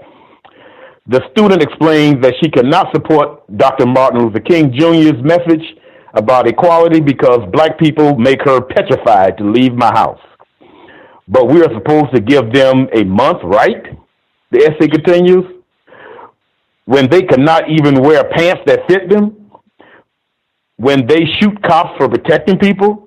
Sad to say this, but maybe things would be better if they would have stayed slaves, the student concludes. I should not have to be scared for my life when I see them in my sight.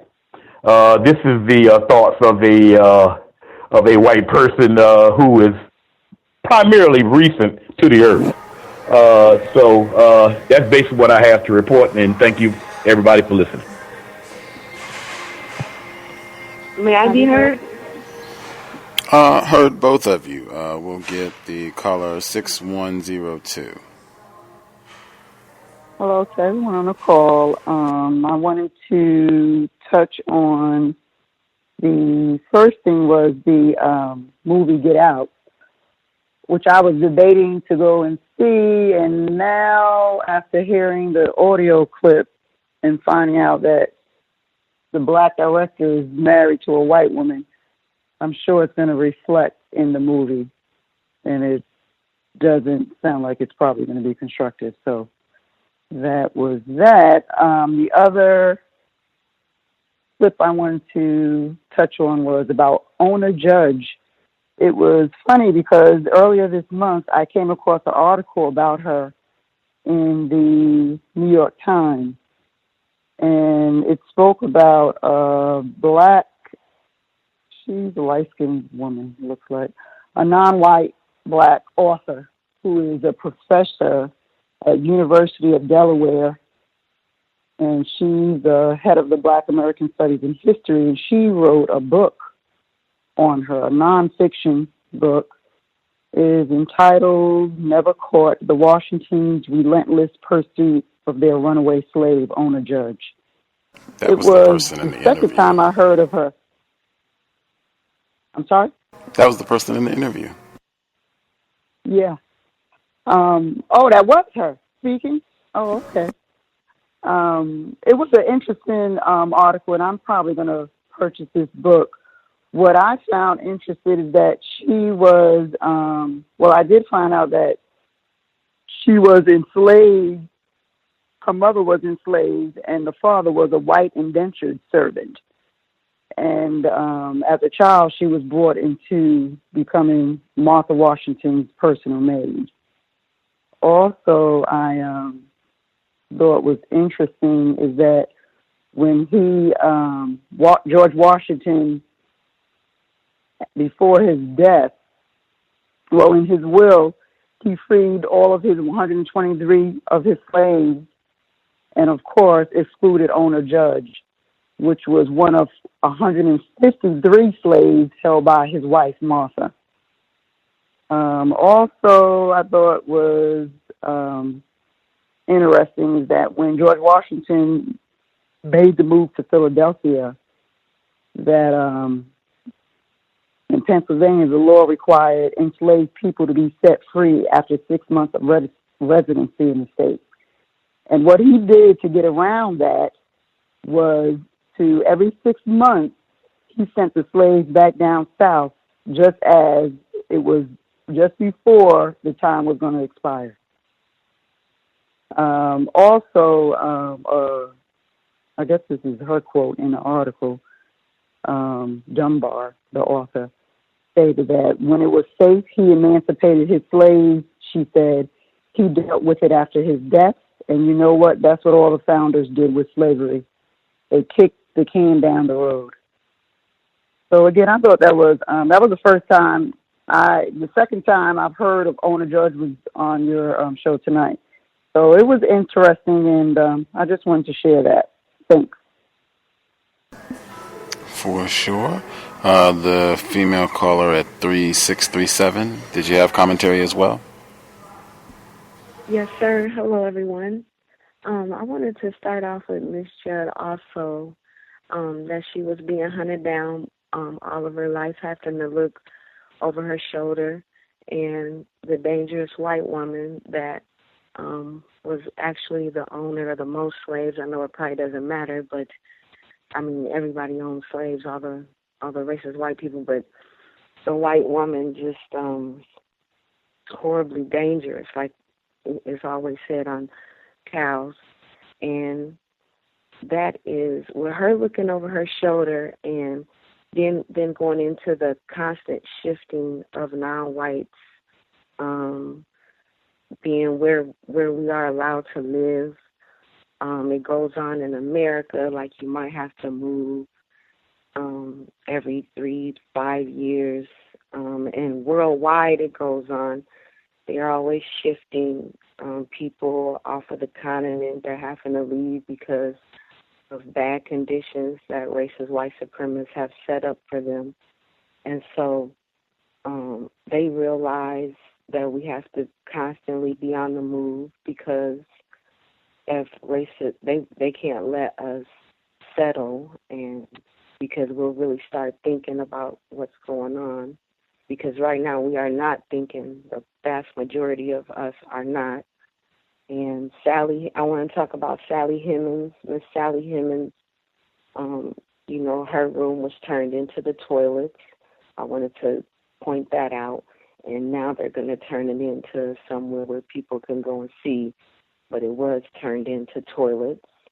And with the Peele, Mr. Peele, with his movie and everything, you know, I looked up he said he was having a child, and then I researched who he was having a child with, and so I'm going to leave that there. When the student was saying about the student from Ole Miss and how he was helping people learn, I guess he was like a tutor to young people, I thought that was great. And then he said the thing that a lot of confused victims, that we will say, you know, what year is it when something happens, like you'll go to school or you'll go to church tomorrow and the church might get blown up and somebody will say, oh my gosh, I can't believe this happened in 2017. And we don't have the connection that these are the same people from Europe that they released out of the jail. These are basically the same people. Nothing changed on that. And so I just hope we can make that connection pretty soon. And I sent Gus an article about cannibals being normal, and I said that would make sense because it would. That something like that would be normal to racist white supremacists, like actually sinking your teeth into another human being's flesh. That would be normal. So I had to link that to Gus. And that made me also think of the passage from the Ben Tillman book about scratching the surface and you'll find some type of beast. I think we need to not be falling for the surface of white people and realizing that that's a beast right there. A 16-year-old child ran down in the street by a car. That reminded me of Mr. Williams' little friend getting ran over and nothing was done about it. So, you know, same people, same thing. Was that person a heroin addict? She went to drug court. Was she one of these people that falls asleep behind the car? Or was she a, alcoholic bum just driving reckless? They tried to cover it up. I think that should be highlighted. Let's burn the car. Disgusting. And the white terrorist that was activated going in and killing those non-white Indians, that's normal behavior for the racist white supremacists. And those are all the notes that I had. Thank you for. Oh, I want to. Everybody should listen to Reverend Erica. I think that's her name. She was on the cows recently. That's a good study in European psychology. And thank you for letting me speak. I'll mute my line. Can I be heard? Yes, sir. How's it going, everyone? I'm going to keep it short and sweet. But before I start, that's the best news segment that I've heard on any radio station in a very long time. Very informative. First, I won't even mention the movie's name, but I don't know about you guys, but I just don't want to hear anything about black directors who are married to white women who are either gay, because that seems that's the only way that they can come up in the Hollywood game. You either have to marry a white woman or be associated with that lifestyle somehow, or you're feminine. And I'm talking about black male directors. Secondly, ODU. I used to attend ODU quite some time ago. And it's a very uninviting campus. Before I went to ODU, I went to HU. So it was a big difference. HU is all black college. ODU that's the first place I encountered white supremacy, very out in the open. I don't see how they can track this young girl down yet. Any YouTube upload that you make is tracked by an IP address. So if one of us did something like that, believe you me, they would track us down instantly. Now all of a sudden they can't find this little white girl. Doesn't make any sense. And lastly, the Camden hit and run. Now, this lady's license was suspended 30 times. She ran from the scene and gets tried in drug court. I can tell you now, if we tried that, you can forget about it. A family member of mine tried that after selling drugs. He was also using as well. He tried to cop that same plea. The judge told him emphatically no. Now he's doing time in jail. So these are the things that they get away with in this white supremacist world. And somehow, some way, we all have to band together to stop this. That's all I have. Can I be heard? Yes, sir. Greetings to you, Gus. Greetings to the callers and the listeners. I really like today's clips. They were really, really profound and insightful, as always. But today was just really, this week was really was something. So I'm pretty sure you have quite a bit of surplus in regards to that. I was funny. I think it was a firefighter in Florida that brought up the racist white female child talking about Jesus and all of this crazy stuff about the biblical characters being white. I found that hilarious. The oldest known image of Jesus is a crystal black male with an afro, and his disciples around him all have afros. I actually got it from Minoko Rashidi when I went with him to Egypt in 2007. And it's the oldest known image of him, and he's crystal black. And I find it interesting, too, because she really doesn't know her history. The oldest Christian church is the Egyptian Coptic Church, and the second oldest is the Ethiopian Orthodox Church. And Ethiopia, of course, is the oldest Christian country. So she's just out of her mind. And I don't really care about Christianity in general. I'm not a Christian, but I just figured those facts would be good for just to put out there. To speak on the clip about Ona Judge, I found that to be profound. You have talked about her previously, like the female caller said earlier, and I just always think that clip revealed the white female's dedication to racism, white supremacy, with the fact that she never freed her slaves, and she lived longer than George Washington did, and it's just everything about her just shows that she was the epicenter of the racist practice in that family. Not saying that George Washington was any less racist. He was a rapist and racist. So, and she probably was a rapist too, just reading The Delectable Negro. But her dedication to racism, white supremacy was extremely evident there. And then also just the practice, again, thinking of The Delectable Negro, just incestuous rape. Essentially, they're like half sisters, and she basically owned her half sister. Like that. I mean, white people are just disgusting, but they've done all kinds of things to their own. So it doesn't surprise me what they would do to someone that's a quote unquote family member that was black. In the clip you did play with Jordan Peele, he said something I found very telling, which makes sense because he is in a tragic arrangement and now sadly about to bring a confused victim into the world with this beast that he's married to. But he said that racism is a human trait and we all have to deal with our own racism. Actually, that's incorrect. Racism is solely a white trait that they have now infected everyone else with. And it's funny, I've been reading The Iceman Inheritance. This is like my third reading of that book. And I had just passed the page in the early part of the text where Michael Bradley emphatically states that racism is solely a white trait and that they propagated it around the world. So I found that interesting. And a young black male who listens to this show actually implored me to see Get Out because he saw it and he thought it was just very telling about the system of white supremacy.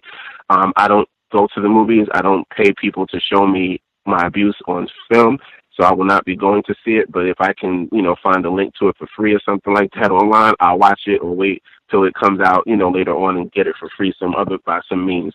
But I won't be spending my money on that.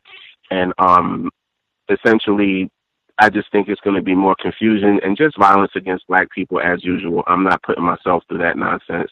And the clip about the 16-year-old black male that was killed by that creature in Camden, New Jersey. I've gone to Camden, and Camden, in certain areas, especially the more city-looking portion rather than the suburbs, is one of the most depressing places I've ever been to.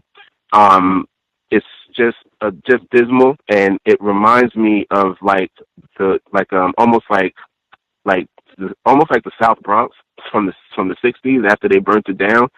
And it's just really bad, and it makes sense to me that someone, a white female of her type, would run over a black male, kill him, and then and basically get away with it in that area simply because our lives are worth so little there, and there's so much violence. It's one of the most violent places in the country, and it's just really just disgusting. And I feel for his mother just to hear her pain in the clip.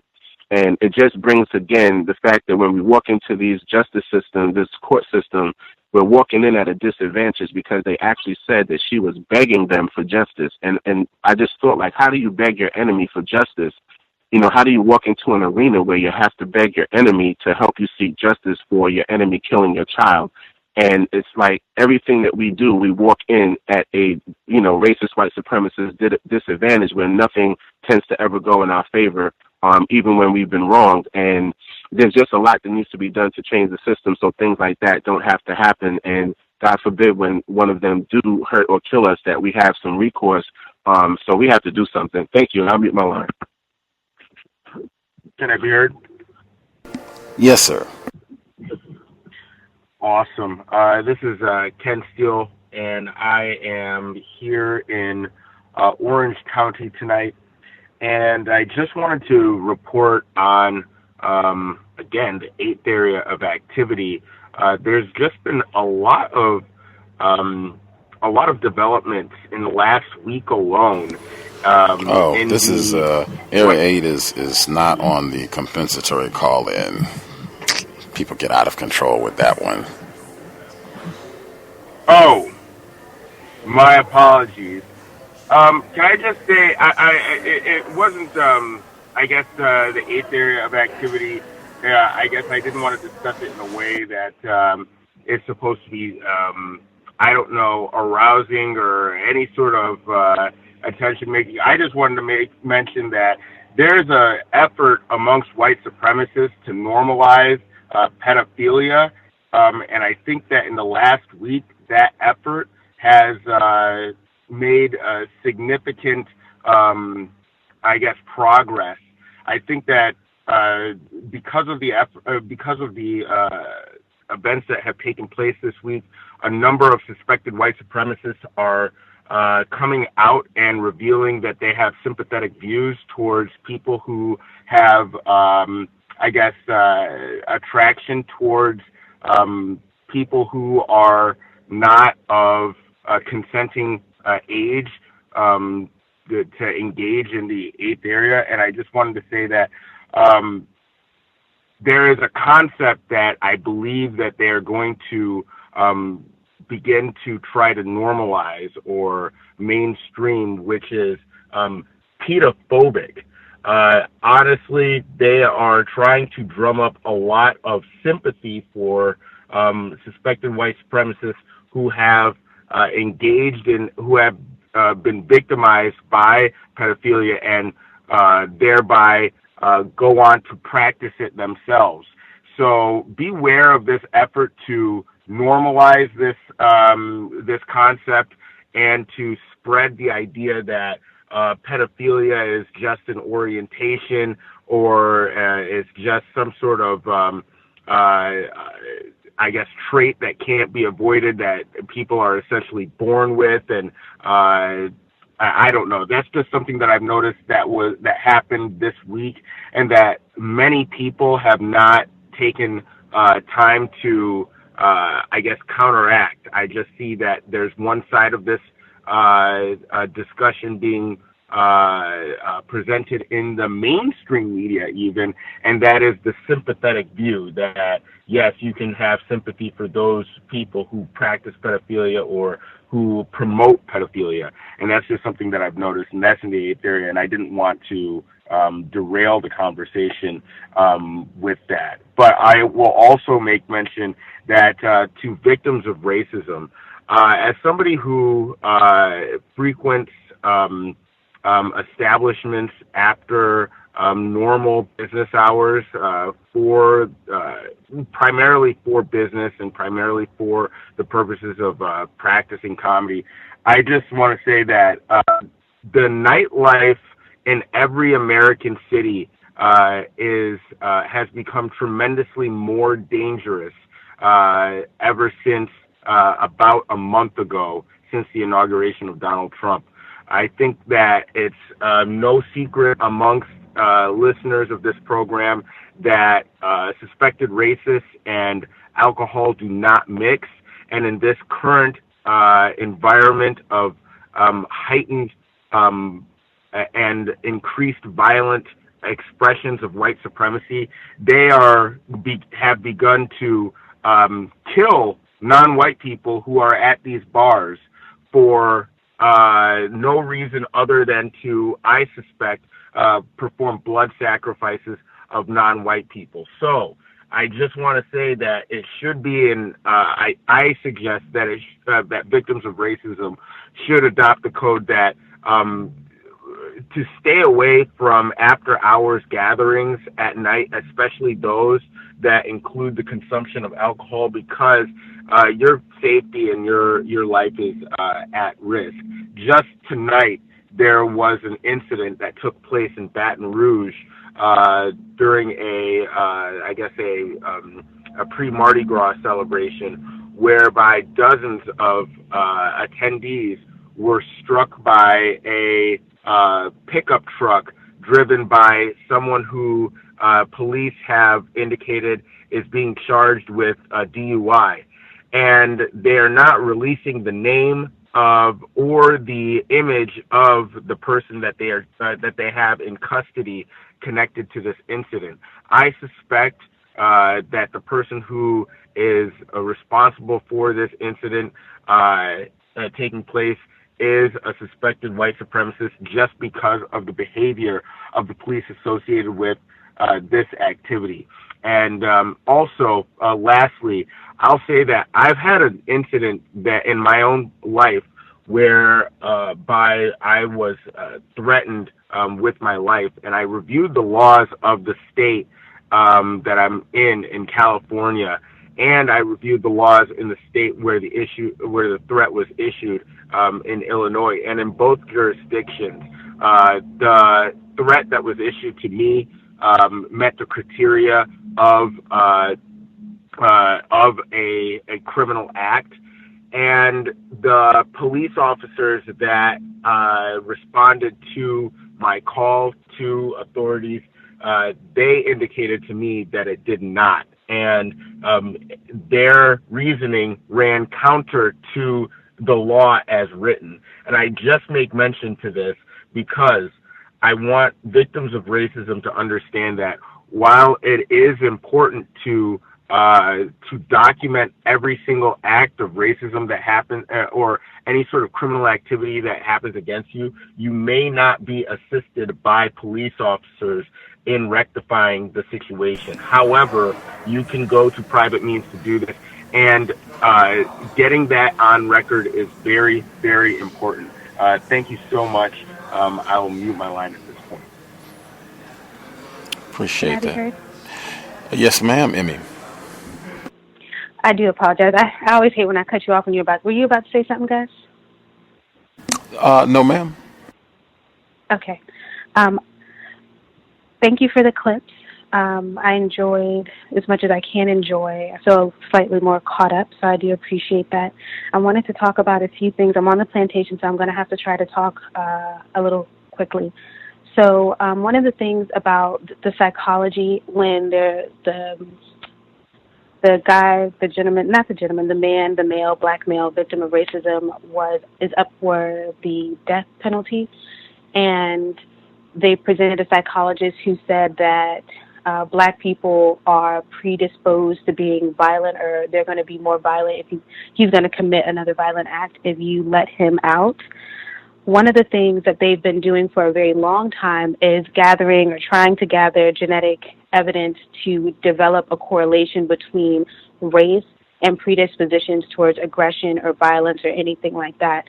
And so, not that we have to be careful, because I'm not really sure what at this point we can do unless we're providing the same types of correlations between white genetics and their high levels of aggression and violence as evidenced in historical psychology, and even now.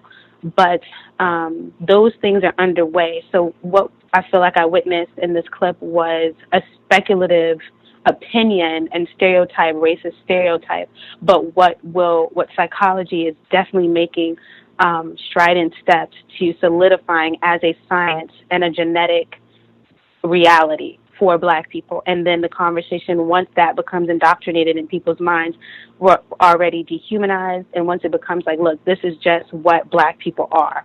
They're this, they're that, they're this, they're that.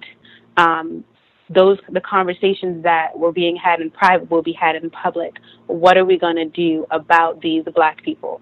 What are we going to do about them? Because, look, we can't expend the resources, which is what we heard in Haiti. We're tired of trying to do this and that. It's costing us money. We want to save our money and do our things for our white collective goals and agendas. So pretty much internment camps, concentration camps, or just kill them all, like whatever the final steps will be. I think science is going to be backing that quite soon. At first, I wasn't sure about when the introduction for the clip about the dean or the president of Hampton, I was like, please do not let this be just Black people, Black self-hate. But I have tremendous respect for how he handled that conversation. I thought he was very calm, very non-judgmental, and it wasn't Black hate. It was, it was very objective. And I appreciated the way that he did that, because there's no reason that you cannot show both. He would be like, that is true. That is true. But at the same time, and any person who is slightly well informed understands that the media, that you don't even have to really even be informed, just be observing things, that the media influences behavior. Media influences perceptions and perspectives. So if we have a television show or something that is only one-sided, it's causing a lot of issues for how people are going to view Black universities, HBCUs, and in further ramifications of those who have graduated from HBCUs. That must mean their education is invalid, and so forth. Moving on, but Black self-respect. I seek for people who are able to do that, to be calm, articulate, to be objective, scientific, logical, mathematical, and how we address issues around racism, white supremacy. And I think he did a really good job. I'm out here in Virginia, and there's always a lot of clips about Virginia. And I'm not from Virginia, but I've been here long enough that, Virginia is kind of home for me. And so I think one of the things that I'm going to do, and I'll just share it with you all, is not that I'm not always trying to evolve how I carry myself, but I'm in very hostile territory in Virginia. And in the moves that I'm choosing to make on how best to help Black people in the future with the time that I have, I'm going to just be very vigilant about all that I am doing every time I'm outside of my house in Virginia. And instead of I cannot, at this point, can no longer consider Black people in other parts of the world to be even less disenfranchised than Black people in the state of Virginia. Because if white Virginians are really that racist, that means that the Black people here are not receiving proper health care. The Black people here are not receiving proper education. The Black people here are suffering immensely, especially once they pass. Virginia also has on 95 a very, very large Confederate flag, which there's a whole lot to say about that. But that separates Northern Virginia from the rest of Virginia. And everyone knows Northern Virginia has pretty much just been conceded to D.C., so that's, what it is. But for some reason, these set of clips kind of solidified how I'm going to be now that, I'm out here in Virginia. Another thing, I'm always thinking about literacy, also math. Literacy, and I realized this in the set of clips, that literacy is not just being able to read. So when they prevented us from reading, made it illegal for us to read, not only could we not read, we were unable to write. For some reason, I didn't put the two together immediately. Because we were unable to write, we were unable to leave a very detailed, accurate, itemized, enumerated list of everything they did to us. So now it's always we're just picking pieces together and putting it all together and trying to piecemeal it it's terrible. when I hearing about the child that was run over, for some reason all I could hear was United Independent. I really don't know how I stand on counter violence and all that. I will say that, but these are those situations like someone killed your child. What would you do?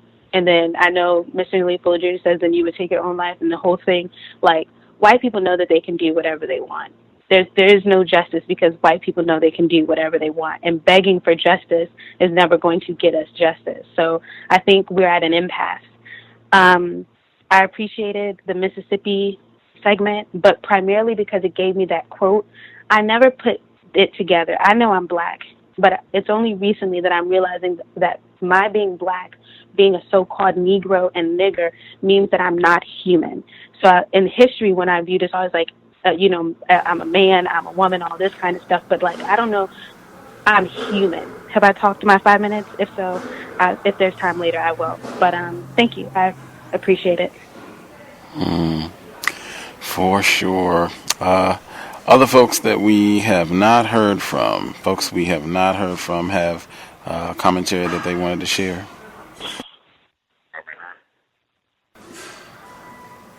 Can I be heard? Let's get the female caller first. Hi, Gus. I haven't called in quite a while.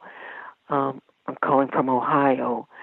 And the reason why what prompted me to call was as I was listening to the show over the internet, I was reminded of one of the consequences of this election, which is the internet.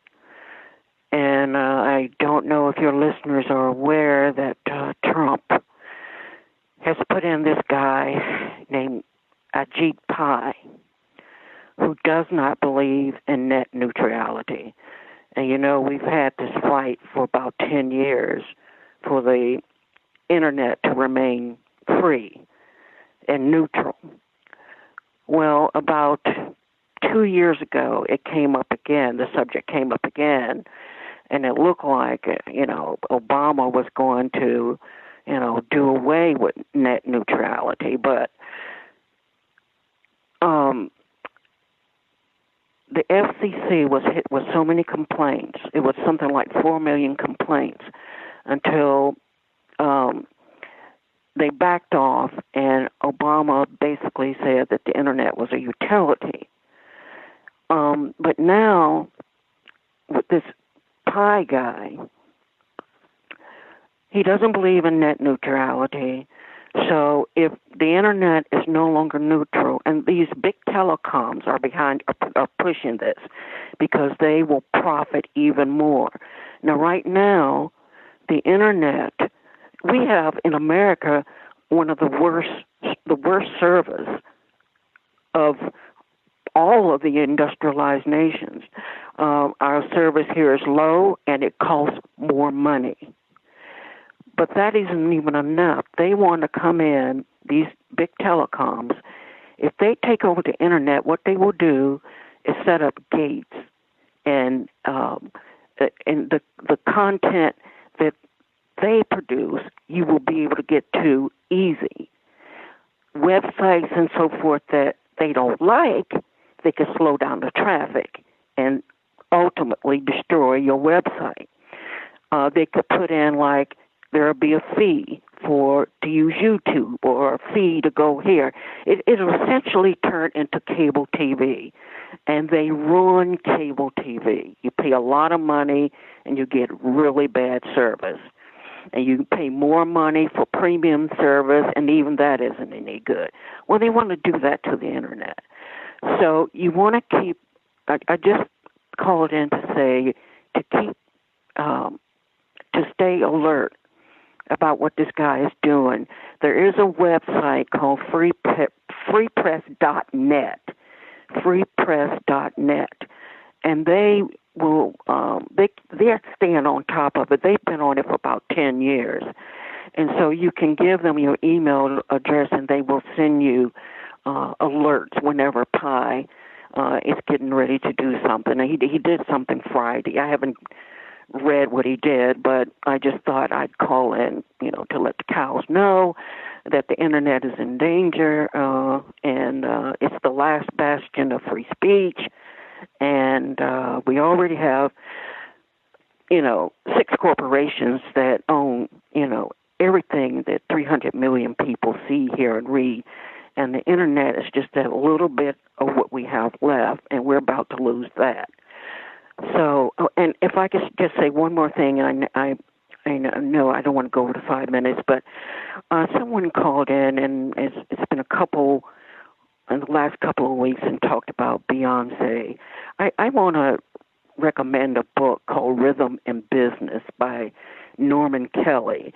And it's about how, once you read this book and you see how the music industry was solely built with black music and how black artists were exploited, and I mean exploited to the point where, they will literally make you weep.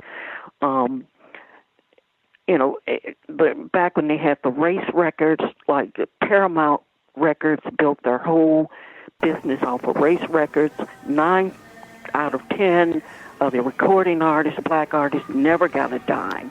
And this has went on throughout, the music industry. So I would suggest that, people get that book, and then they will understand what's going on with the Grammys and everything. That's all I have to say. Thanks, Gus. Mm-hmm. Other folks that we have not heard from at all have commentary.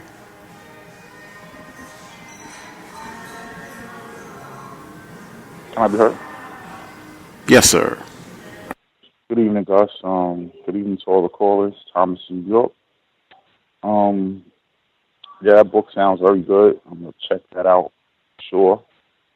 I had a few comments on the clips. I wasn't able to hear all of them because I was en route to the plantation where I am now.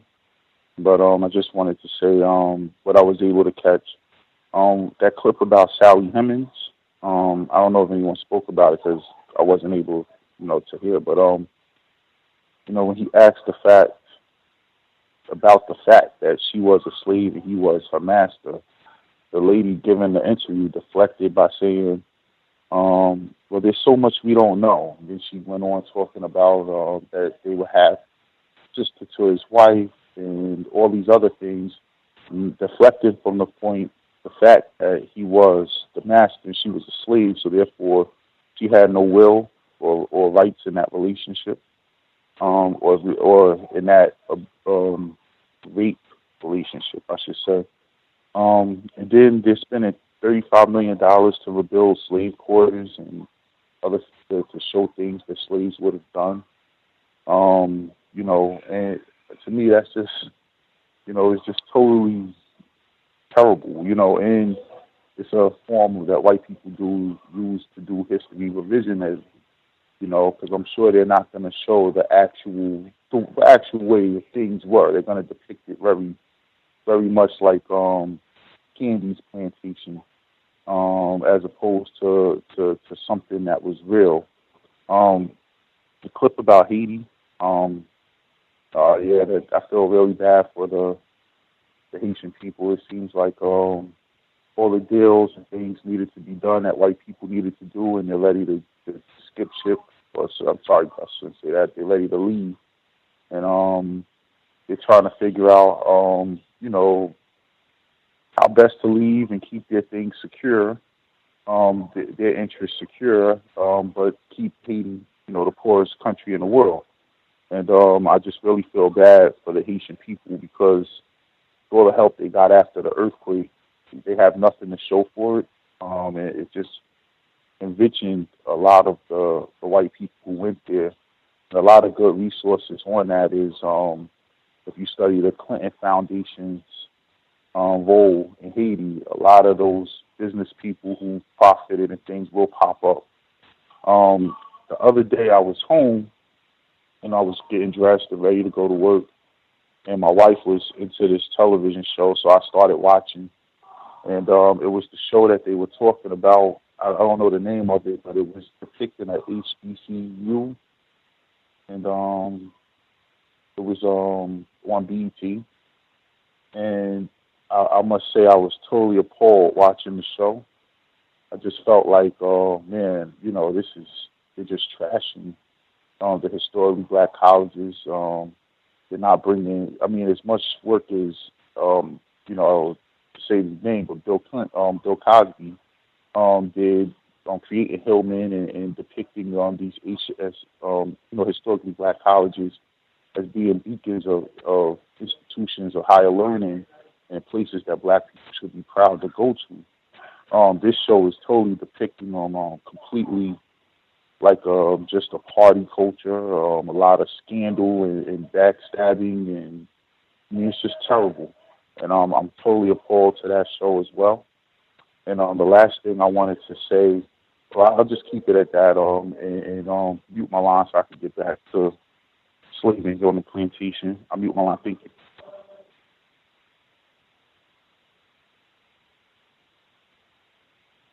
Can I be heard? Yes, ma'am. I guess, hi to all the callers.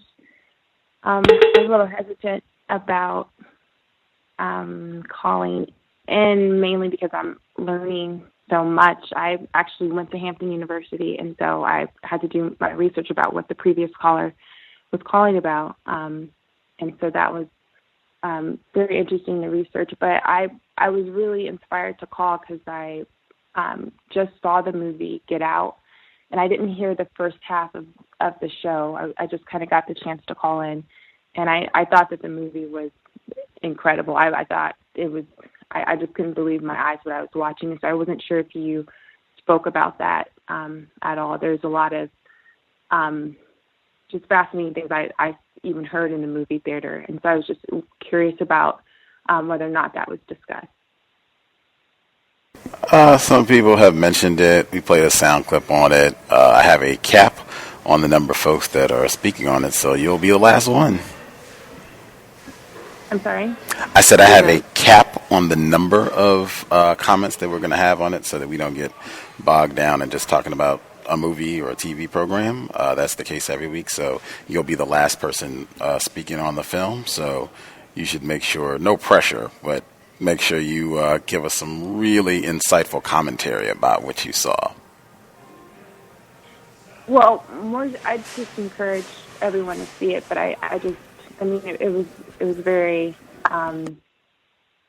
very interesting. I've never seen a movie like that, and I felt like it was very bold. And for the person, I researched that Jordan Peele wrote it and directed it. I thought that was really odd, but I mean, that's all I had to say. I'll just have to listen to the full show to see what was discussed. Did you think it presented racism, white supremacy accurately? Absolutely. Absolutely. Any evidence? I'm sorry. Go ahead. That's part of what was so shocking. I can't even. I'm having a hard time articulating my words, but I can't even. Just the deception part of it, of that interracial relationship. That whole deception is just. It's very hard to watch and very, very interesting. How they treated the protagonist throughout the entire movie. It's just a lot to process. I'm still processing it just because I just saw it less than an hour ago. So, yeah. Would anything stand out in the film where you would say, oh, okay, the person, Jordan Peele, victim of racism, that he's in a tragic arrangement with a white woman? Anything stick out in the film where you would say, oh, okay, yeah, I think one of the people primarily involved with this is in a tragic arrangement? Well, that was what was so shocking, because I knew either a really racist white person had to write it, or a very, very informed white person had to write it, or it had to have been a black person, someone who's intimately involved in what it's like to be in an interracial relationship. There are so many motifs in that you would not know unless you are in that type of tragic arrangement. So when the first thing I did as soon as I left the movie theater was Google who wrote this, who directed it, and once I found out who it was, and then I'm home now and I'm Googling Jordan Peele, and I see that he is in an interracial marriage. It completely makes sense. A scene that stands out, the entire storyline. But I'm trying to think here, Gus, and I do feel a little bit of pressure, and a little bit on the spot. But just when there's a scene where I'm not sure if you know the entire storyline, but there's a scene where the boyfriend gets to the house and he's been lied to basically. He's up for auction for his body parts, and they don't tell him that. And so the parents of the girlfriend host this huge party in which he's not aware, but the entire white people who are invited to this party are, they're fraternizing, they're talking to him, they're assessing him, they're asking him to turn around and, looking at his body and complimenting him. And so he's just in the dark the whole time. And there's a scene where he just goes upstairs to kind of look at his cell phone. The entire party downstairs is silent until he comes back downstairs. So they're just playing this role, even though he's the main actor. He's the reason why they're there basically. And the moment he leaves, they're all kind of concerned to see what he's doing, and then when he comes back down, it's business as usual. That scene really stood out to me. But there's just that movie is jam-packed with racial, just truth, he jam-packed that movie from beginning to end with a lot. So, I'd highly recommend that. Interesting. I'm sure other folks will have commentary, but that will be our last commentary on Get Out for the day. I'm glad we actually got someone who saw the movie to give a little bit more insight, someone who can relate, I guess, from the tragic arrangement aspect. Other folks that we have not heard from have commentary that they want to make sure they get in. Anyone we have not heard from? Can I be heard? Yes, sir.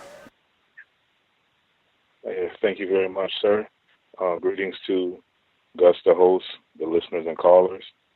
If you will allow me, just the title of the movie, I just want to mention that. I've heard that phrase and that slogan used in a couple of stories. Even with from my understanding, the guy who shot the two non-white males, he said, get out of my country. I think that's what he said, and it does seem like that would be written by someone who classify themselves white, but it's a poster of, I think the other movie was called Keanu, and it's a cat or animal or whatever, and I think that's very symbolic how once again that we are pretty much being mocked and called animals. But I've seen a news report about that shooting that took place at the bar restaurant where they said that the person used the term, I guess, Middle Eastern, and they were from the area of the world known as India. So it just goes to show you just how if you have melanin or you're not white, you just pretty much put into that category. So that's pretty much a repeated, used, pretty much form of racism. But just saying, get out of here, go back to, that's another one too, go back to Africa or something like that. And the clip where I think that was where it was talking about Seattle, and I think they used the term, I think, discrimination, and the lady, it seemed like she was just pretty much making excuses, going into that pattern talking about implicit bias and, black people are just doing this and that and not really wanting to admit what it was. And the other clip about where the guy said he didn't want to shake the lady's hand, I was like, bravo for that. He pretty much was very serious and very codified. And for the lady to just say, I did speak out, how come you didn't say anything after all this time? You supported this person who said these things, who put all this vitriol out here. And she was like, but I did speak. I can't remember what he said exactly, but, he used the term deception, And that brings me to how the lady on the video was talking about, black people, screaming white power. But she, I noticed that she said that and not the term white privilege. So she went straight to the most effective term. And I noticed the deception in that as well, hiding behind the mask, putting on the Donald Trump mask and the T-shirt, the symbolism, it said, my president is white again. So, just once again, I think, in my opinion, I think they know who the person is, and I think they're congratulating the person for being, refined, because it's still a sense of refinement to me, because she's not revealing, her image, still with a lot of deception going on. So I think they still are pretty much rewarding her in one way or another. So that's pretty much all I have right now, and thanks for letting me share. For sure. May I speak? Yes, sir. Yes, greetings, Gus and the rest of the callers. It appears that, like many of the other callers, I'm on the global plantation attempting to up my coinage. So I understand for the other victims. I do want to make a few comments. I'm in the novel right now, Warmth of Other Suns, and I believe there was a couple of instances, a couple of reports this evening that brought to mind some of passages from that book. The Mississippi, the spelling of Mississippi, the crooked letter, how children learn how to spell Mississippi.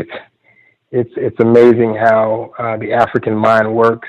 But I thought that was interesting that he also shared that he learned that way to spell Mississippi, or use that phonetic. It also was interesting to me that he very much defended Mississippi and said, this is just as much mine as it is anyone else's, or something to that effect. I don't believe those are the exact words.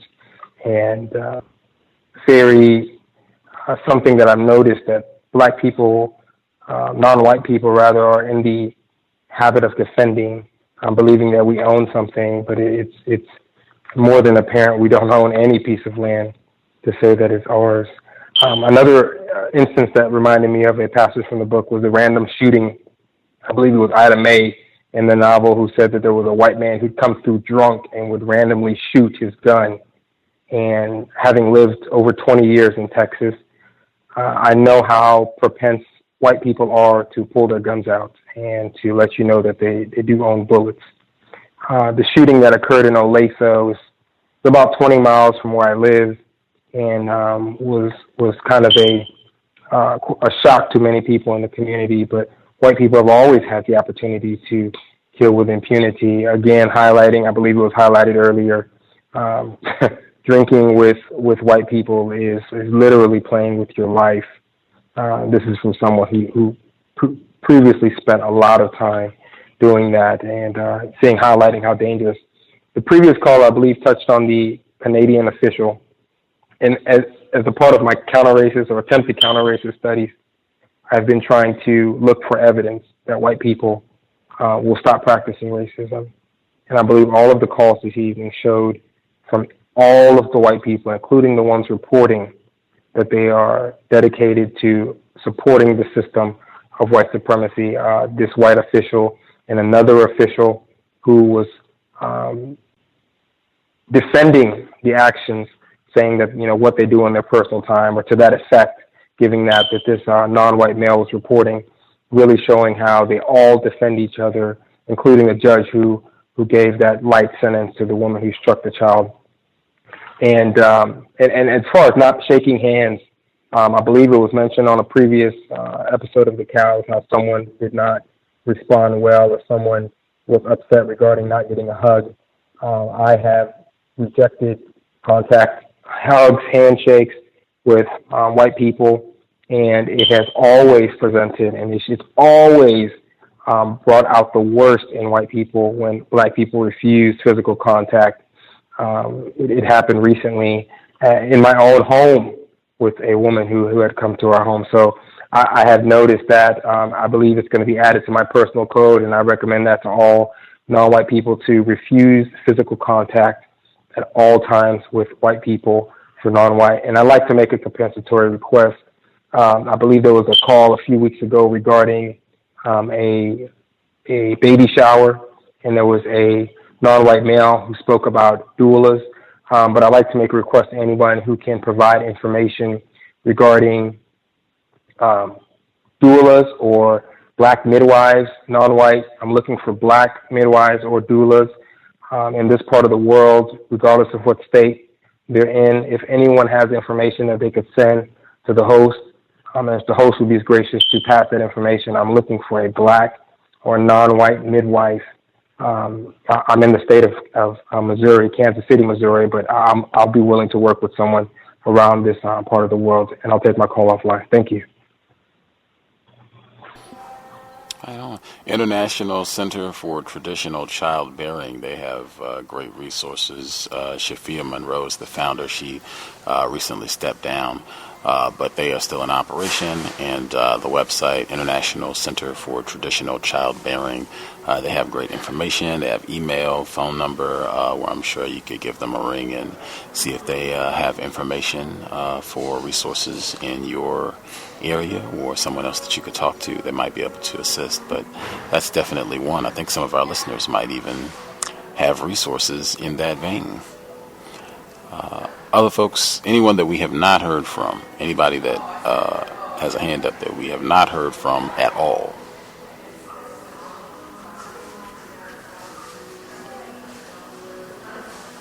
So we got everybody. Spectacular. We have a little less than a half hour left in the program, so if you think you have commentary that you want to share, you should go ahead and get your hand up now before we get to the end of the broadcast. If folks have ideas, along with guest suggestions, but if you have ideas for things that would be worthy of writing about, let me know. Try and do even more writing. So if you have topics, subjects, things that are happening, any constructive things, that especially would be cool if you have any ideas, constructive, I guess black people that are doing constructive things, working on projects that are working against racism, doing things to help black people solve problems, that would be grand. But share any topics, themes that you think are worthy of being reported on. Other folks have commentary that they wanted to share. I know, I think Emmy and Thomas in New York may have had other comments that they wanted to get in. Can I be heard real quick, just before I get pulled away at work? Yes, Okay. That's what I forgot to comment on. Was there were two things, but I wanted to comment on the woman who wrote about her workplace racism situation. Hopefully, she listens to the archive and gets this far, into it. But number one, I think it was black self-respect to and very counter-racist, positive to choose to be a character witness and speak honestly. That was what I was thinking before I heard everything that you wrote. So I think that's spectacular.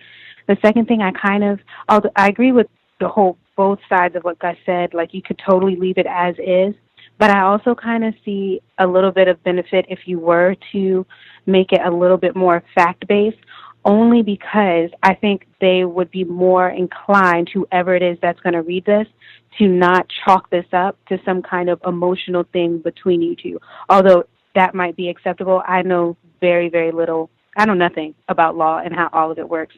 But just in listening to it, I think if the facts were emphasized a little bit more, I think they would be, like I said, a little bit more inclined to use that as a source, because they might have a process of where they read out some and like maybe score it on a rubric to be like, are we going to consider this, are we not, and that kind of thing. But kudos to that, and I think it's fantastic that you made that choice. And there are many, many positive things about what you wrote. That would just be the one thing too I would agree with Gus. But you could go either way, and then if you could let us know what you chose to do and your final submission, that would be great. I would really like to hear it. And then the other thing I want to do, because sometimes lately, it doesn't matter. One thing I wanted to do on the compensatory call is offer up some suggestions that I've been trying out myself that are constructive. And one of them, because I mentioned it at the beginning of the year for so-called New Year's, but was goal setting. And I'm learning some techniques in class about shaping behavior, molding behavior, conditioning behavior, rewarding enforcement, and that reinforcement and all that kind of stuff to help a little bit. But even when it comes to reading, because I want to be reading more, like I have so much to read that even like setting a goal, reading a book a week, and if I do that for this many weeks consecutively, I can do something that I enjoy doing to reward that behavior or reinforce that behavior, and just do something like that. I don't know. I know everyone has such busy lives, but I think that there are more things that we can do, but it requires very strategic goal setting to train ourselves to be able to take on that much more so that we can acquire the information and be kind of speeding this thing up so that we all can be like, yeah, I could totally see how we're going to replace the system of racism, white supremacy in a year or two. And, you know, just be expeditious about it. But that was it. Thank you for letting me speak again.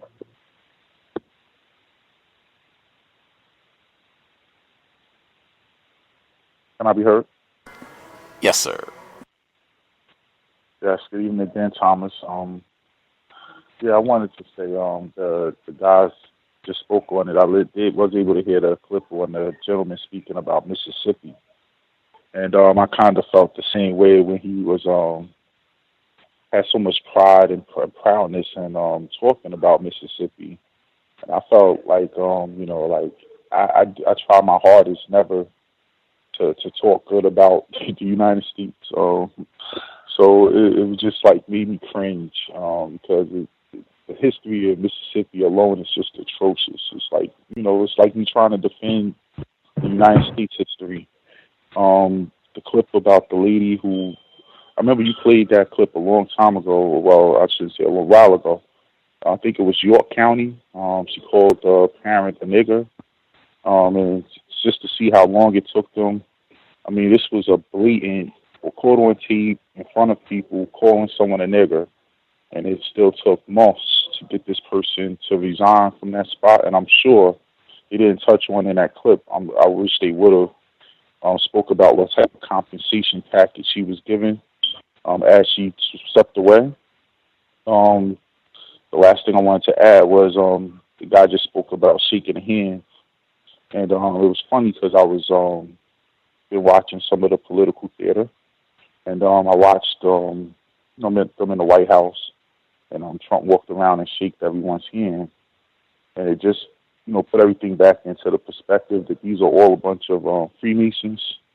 Watching how they're standing. I mean, it was just a lodge meeting. It looked like it was very obvious, and you know, that regardless of what type of conflicts that they put out there in the media, they're all part of the same thing.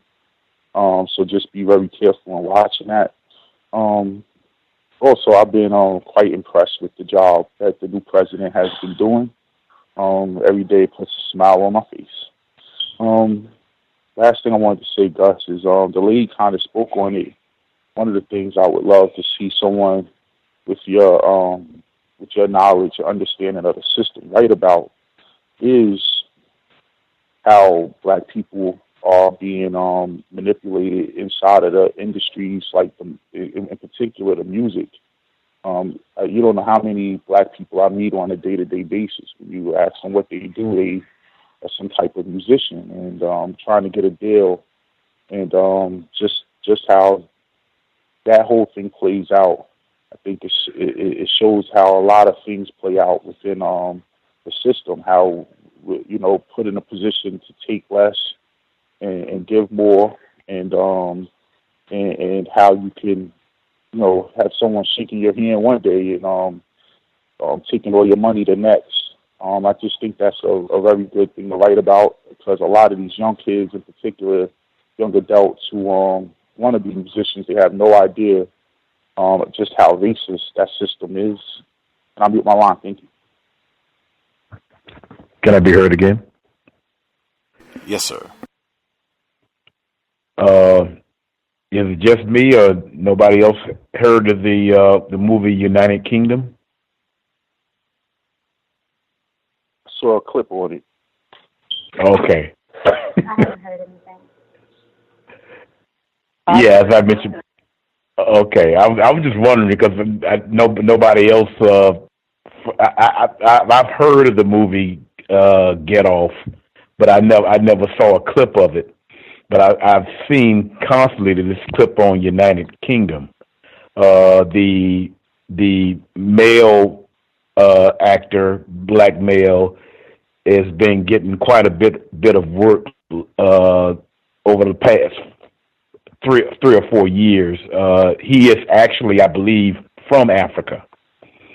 The setting is in Africa, I believe it is, and he probably was quote unquote European educated, like a lot of Africans are, and somewhere along the way, whether it was in Europe or Africa, since there are a lot of white people who are in Africa, even born in Africa, he quote unquote fell in love with this white woman, and I put emphasis on falling in love with this white woman, and he had to make some sort of choice between assisting and or solving the problem of racist white supremacy and being with her.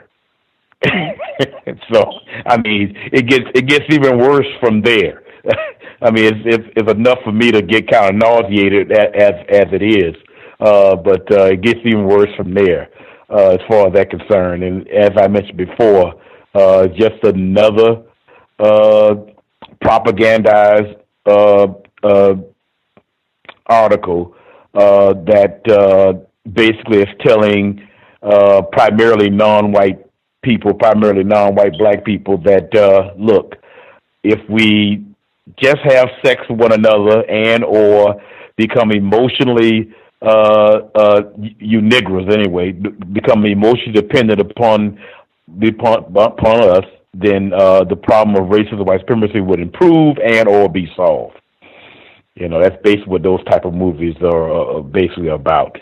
Unfortunately, too many of us still fall for them and say to ourselves, go to sleep that night after we come home from the movie and talk about it maybe a little bit and decide, you know, there is some good white people around, and then we go off to sleep, I guess, you know. But anyway, beware. That's all I have to say on that. Thank you. May I be heard? Yes, ma'am.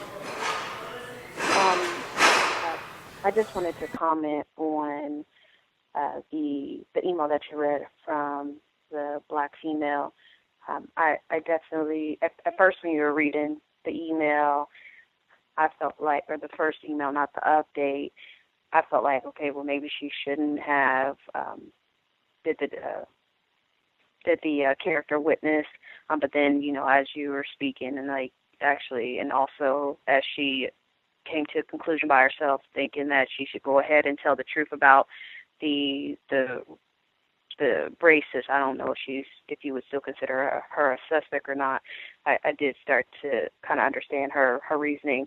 The thing that troubled me the most was that it displays once again that some of these white females, they are not that different from their white man counterparts as far as lusting after black bodies. And I remember listening to a episode or a show where you had Dr. Curry on, and he was talking about how there's really not that much evidence about how white women may have raped black women or black men, or I think he might have been saying black women.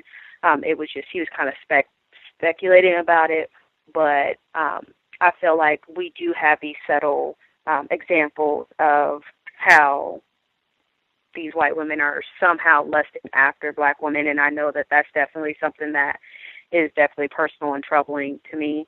So I would definitely, the only thing that I could add is that I would definitely hope that she distance herself from this white woman, which I'm assuming she would have to, or if the outcome would arise that she would probably distance herself from this white woman, but also maybe with the other black female. I think she said her name was Sam. Hopefully that she would actually distance, maybe even speak to her about distancing herself from her too. So maybe to not even be raped, possibly raped by this woman, especially if she keeps trying to make these advances. And I also did agree with you as far as just trying to, or I know that what you had said, since it's a character witness and since it's something personal, she doesn't necessarily have to say the facts.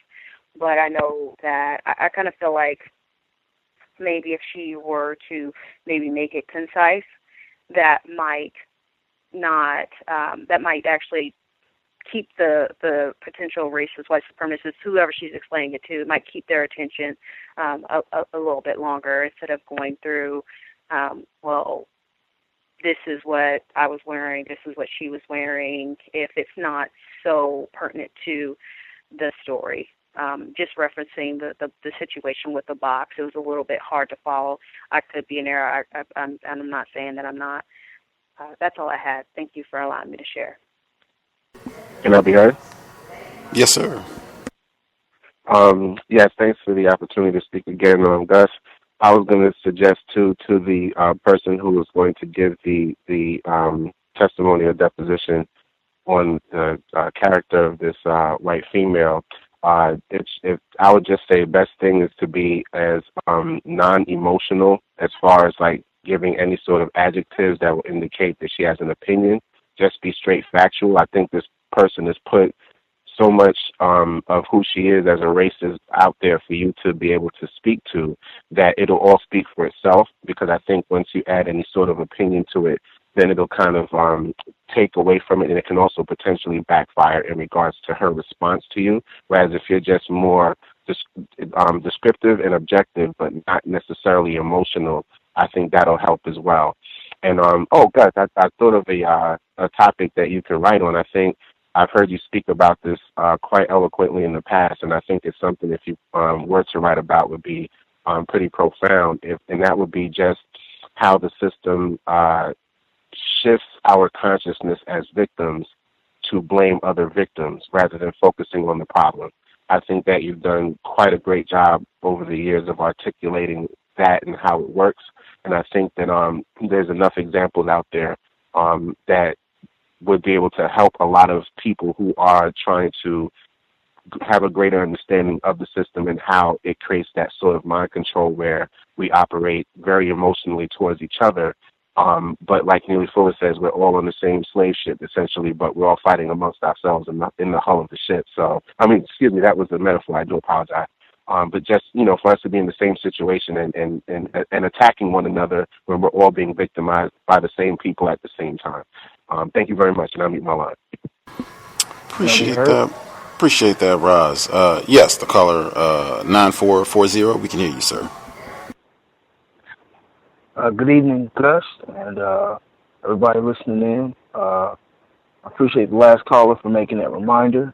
I didn't get a chance to listen live to the broadcast you had with the Reverend Evans, but I listened to it in whole, and I made the mistake of talking about it with my wife, and yeah, you just gotta, you have to adhere to a code and kind of refrain from, if you know that non-white black person remember their victim, they confuse themselves, and they do not have a grasp of the system in its totality, that some subjects you may not want to discuss or broach at certain times. And so, I kind of made the mistake of talking about it, and it just kind of, I don't know, to me, it just exacerbated me a little bit, even though I did not press my wife any further about it. So it's just a good reminder, keep in mind, and, that was still a very interesting broadcast, and, hopefully I can use that and, kind of keep it as far as using it in counter-racist logic and actions, thought, speech, and actions that I have in society. And so I appreciate that. Thanks, Gus. You can mute my line. Anybody else have commentary they wanted to get in before we wrap things up?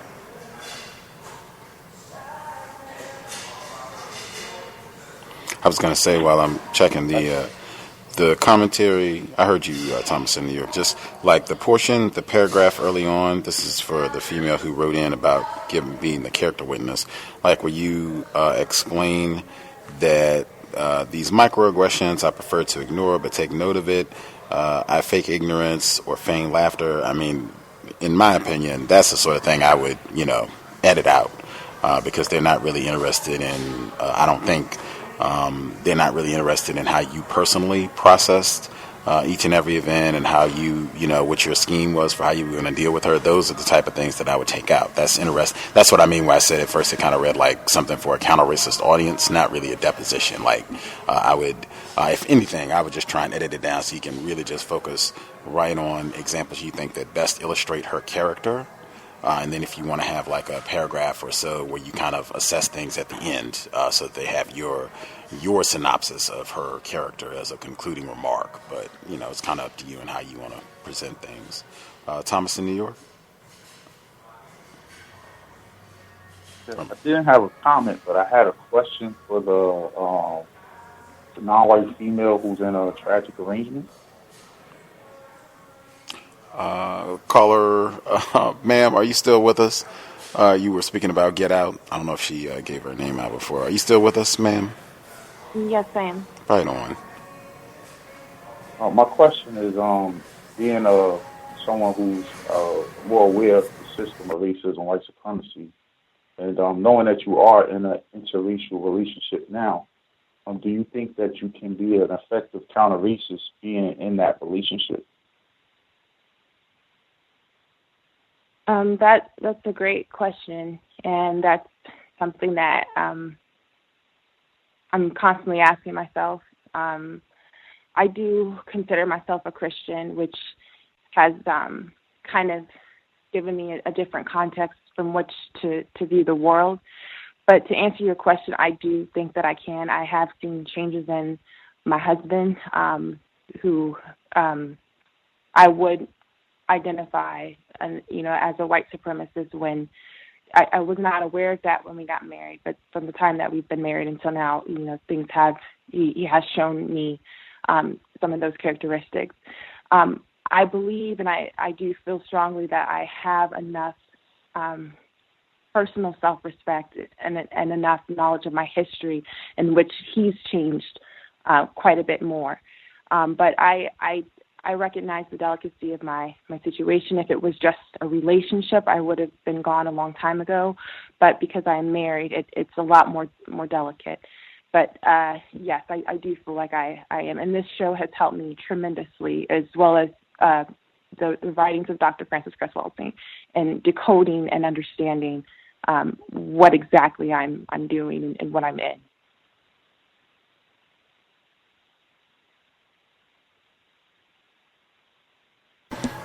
Fascinating. Area 8 dominated the discussion for that. That's why I say generally we say 8 is off the table for the compensatory call-in, because this tends to happen where it will dominate the dialogue. It is important, but certainly other things are also important in terms of solving this problem. Also, we will be here on the 28th, right at the end of the month, wrapping up Black History Month, with the situation. If folks remember, we talked about the documentary film Indefensible with the UAlbany 3. These are the 3 black female scholars up in New York last year, where the incident happened on the bus. About a year ago now, the incident happened on the bus, and they were the only ones who got charged. They initially said that these whites on the bus were drunk and assaulted them, and then they waited and came back a few weeks later and said, oh, no, these, black females, they just made the whole thing up, and they lied and sullied our good, the reputation of our good school, and they convicted one of these black female students saying that she lied under oath, made this whole cockamamie thing up. And the other two black female students, their case is ongoing.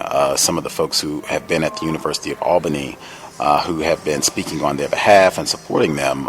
Dr. Chandler, she's a black female and professor at UAlbany. She'll be with us this coming Tuesday to continue talking about the case, to give us the update on the two cases that are still pending with this whole situation, and her assessment now that it's been a whole year basically of what this case reveals about racism, white supremacy. But that'll be normal broadcast time, 8 p.m. Eastern, 5 p.m. Pacific. And you can go back in the archives, check out when we discussed this previously. And you can watch the film online where they give you more of the details about the whole situation. They have some of the archive footage as well. With that, we pretty much did our 3 hours. We will be back, as I just stated, with the program at the beginning of the week.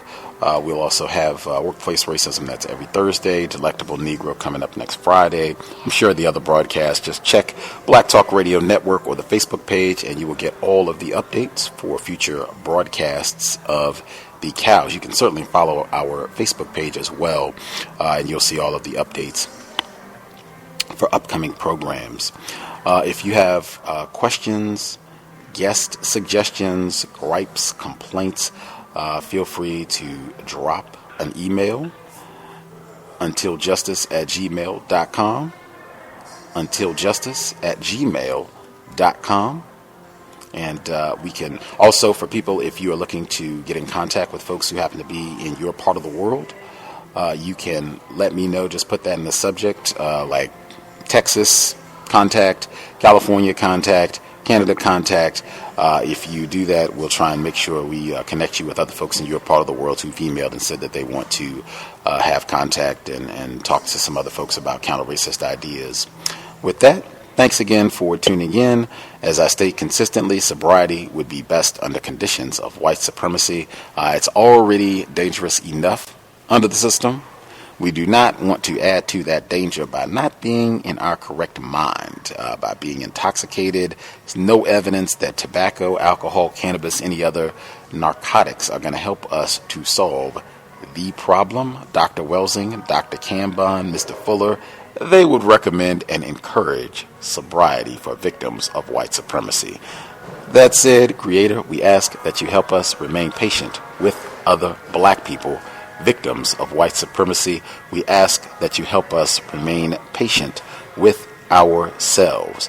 Remind us to demonstrate the highest levels of black self-respect at all times, in all places, each and every time we are in contact with another black person. It has been time. Replace white supremacy with justice immediately. Cal signing out. Thanks all for tuning in. Nigga, you so brainwashed. I'm a victim, brother. Problem. You're a victim. I'm a victim of 400 years of conditioning. Shut up. The man has programmed my conditioning. Even my conditioning has been conditioned.